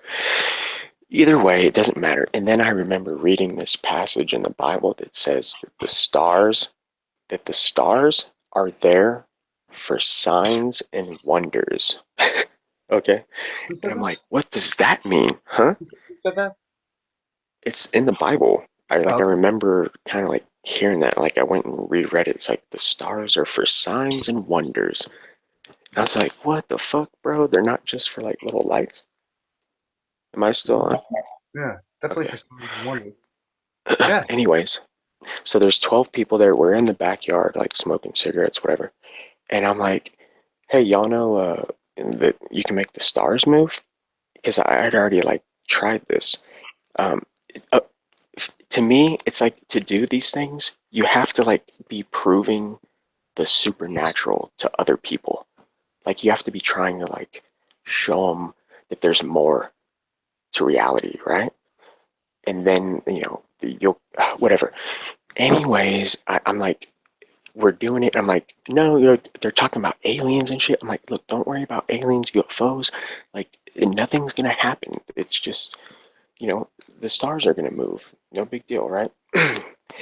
And I like literally was like, hey God, if you don't mind, can you give us some signs in the sky, like whatever. And yeah, so it took like 5 minutes.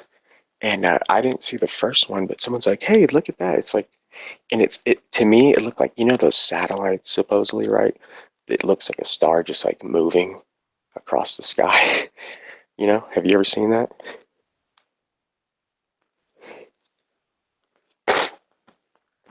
Well, that's bullshit. Hello?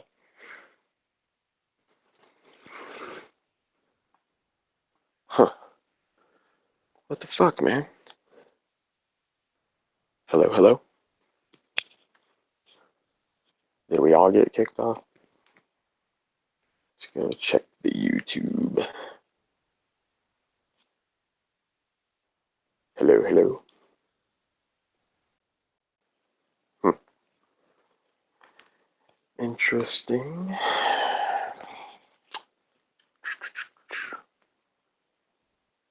Oh, okay, so it is on. Damn. So, all right. So, yeah, Justin, this was proving God and like the God. You know what I mean? Anyways, let me turn YouTube off.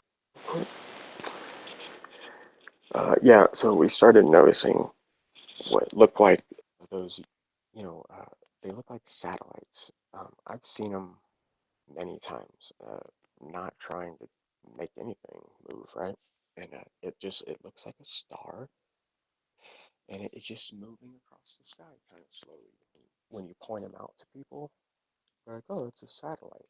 Like, okay, yeah, but and you go with it before Flat Earth and all that shit. But I've seen them since Flat Earth, and I'm like, dude, it's 2 a.m. It's like that's not a satellite reflecting light, right? So we're at this party, we see a couple of those just moving. Then I'm like, holy shit! I'm like just looking straight ahead, and I'm like thinking to myself, like, man, I think one of these stars is gonna move. I don't like think I just kind of felt it, right? Sure enough, this fucking star just up and started. Then it started getting crazy, right? Somebody said they saw like a star shoot off. I didn't see it.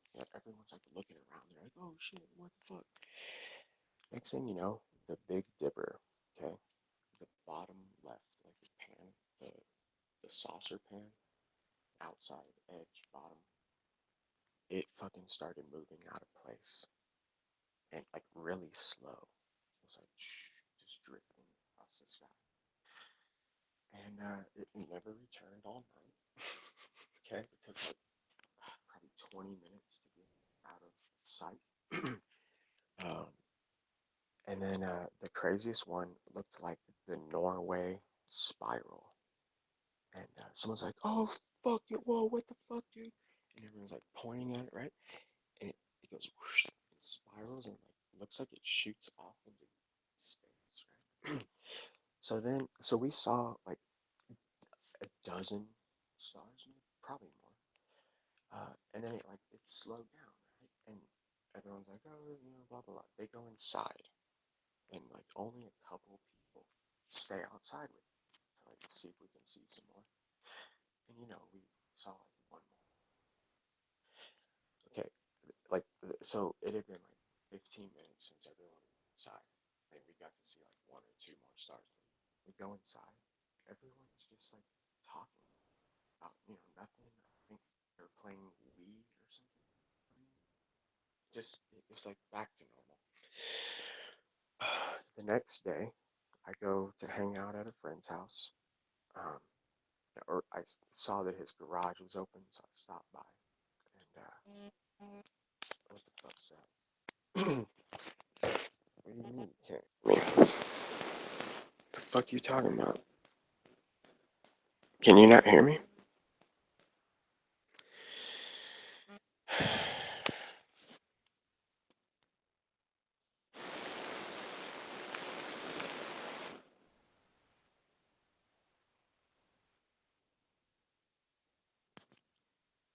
Hello?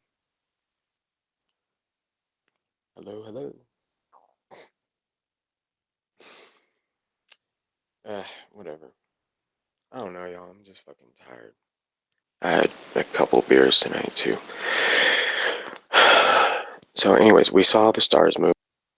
The people went inside. We go inside a little bit later. It's like they're back to normal. Right?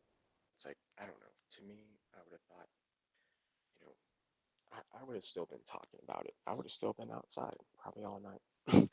I stopped by a friend's house. Uh, we're like gonna play pool or whatever. He's got his garage open. We always would just play pool there. He had a pool table. You could see it with the garage open. I stop over there, and two people from the night before were there, and apparently they had been there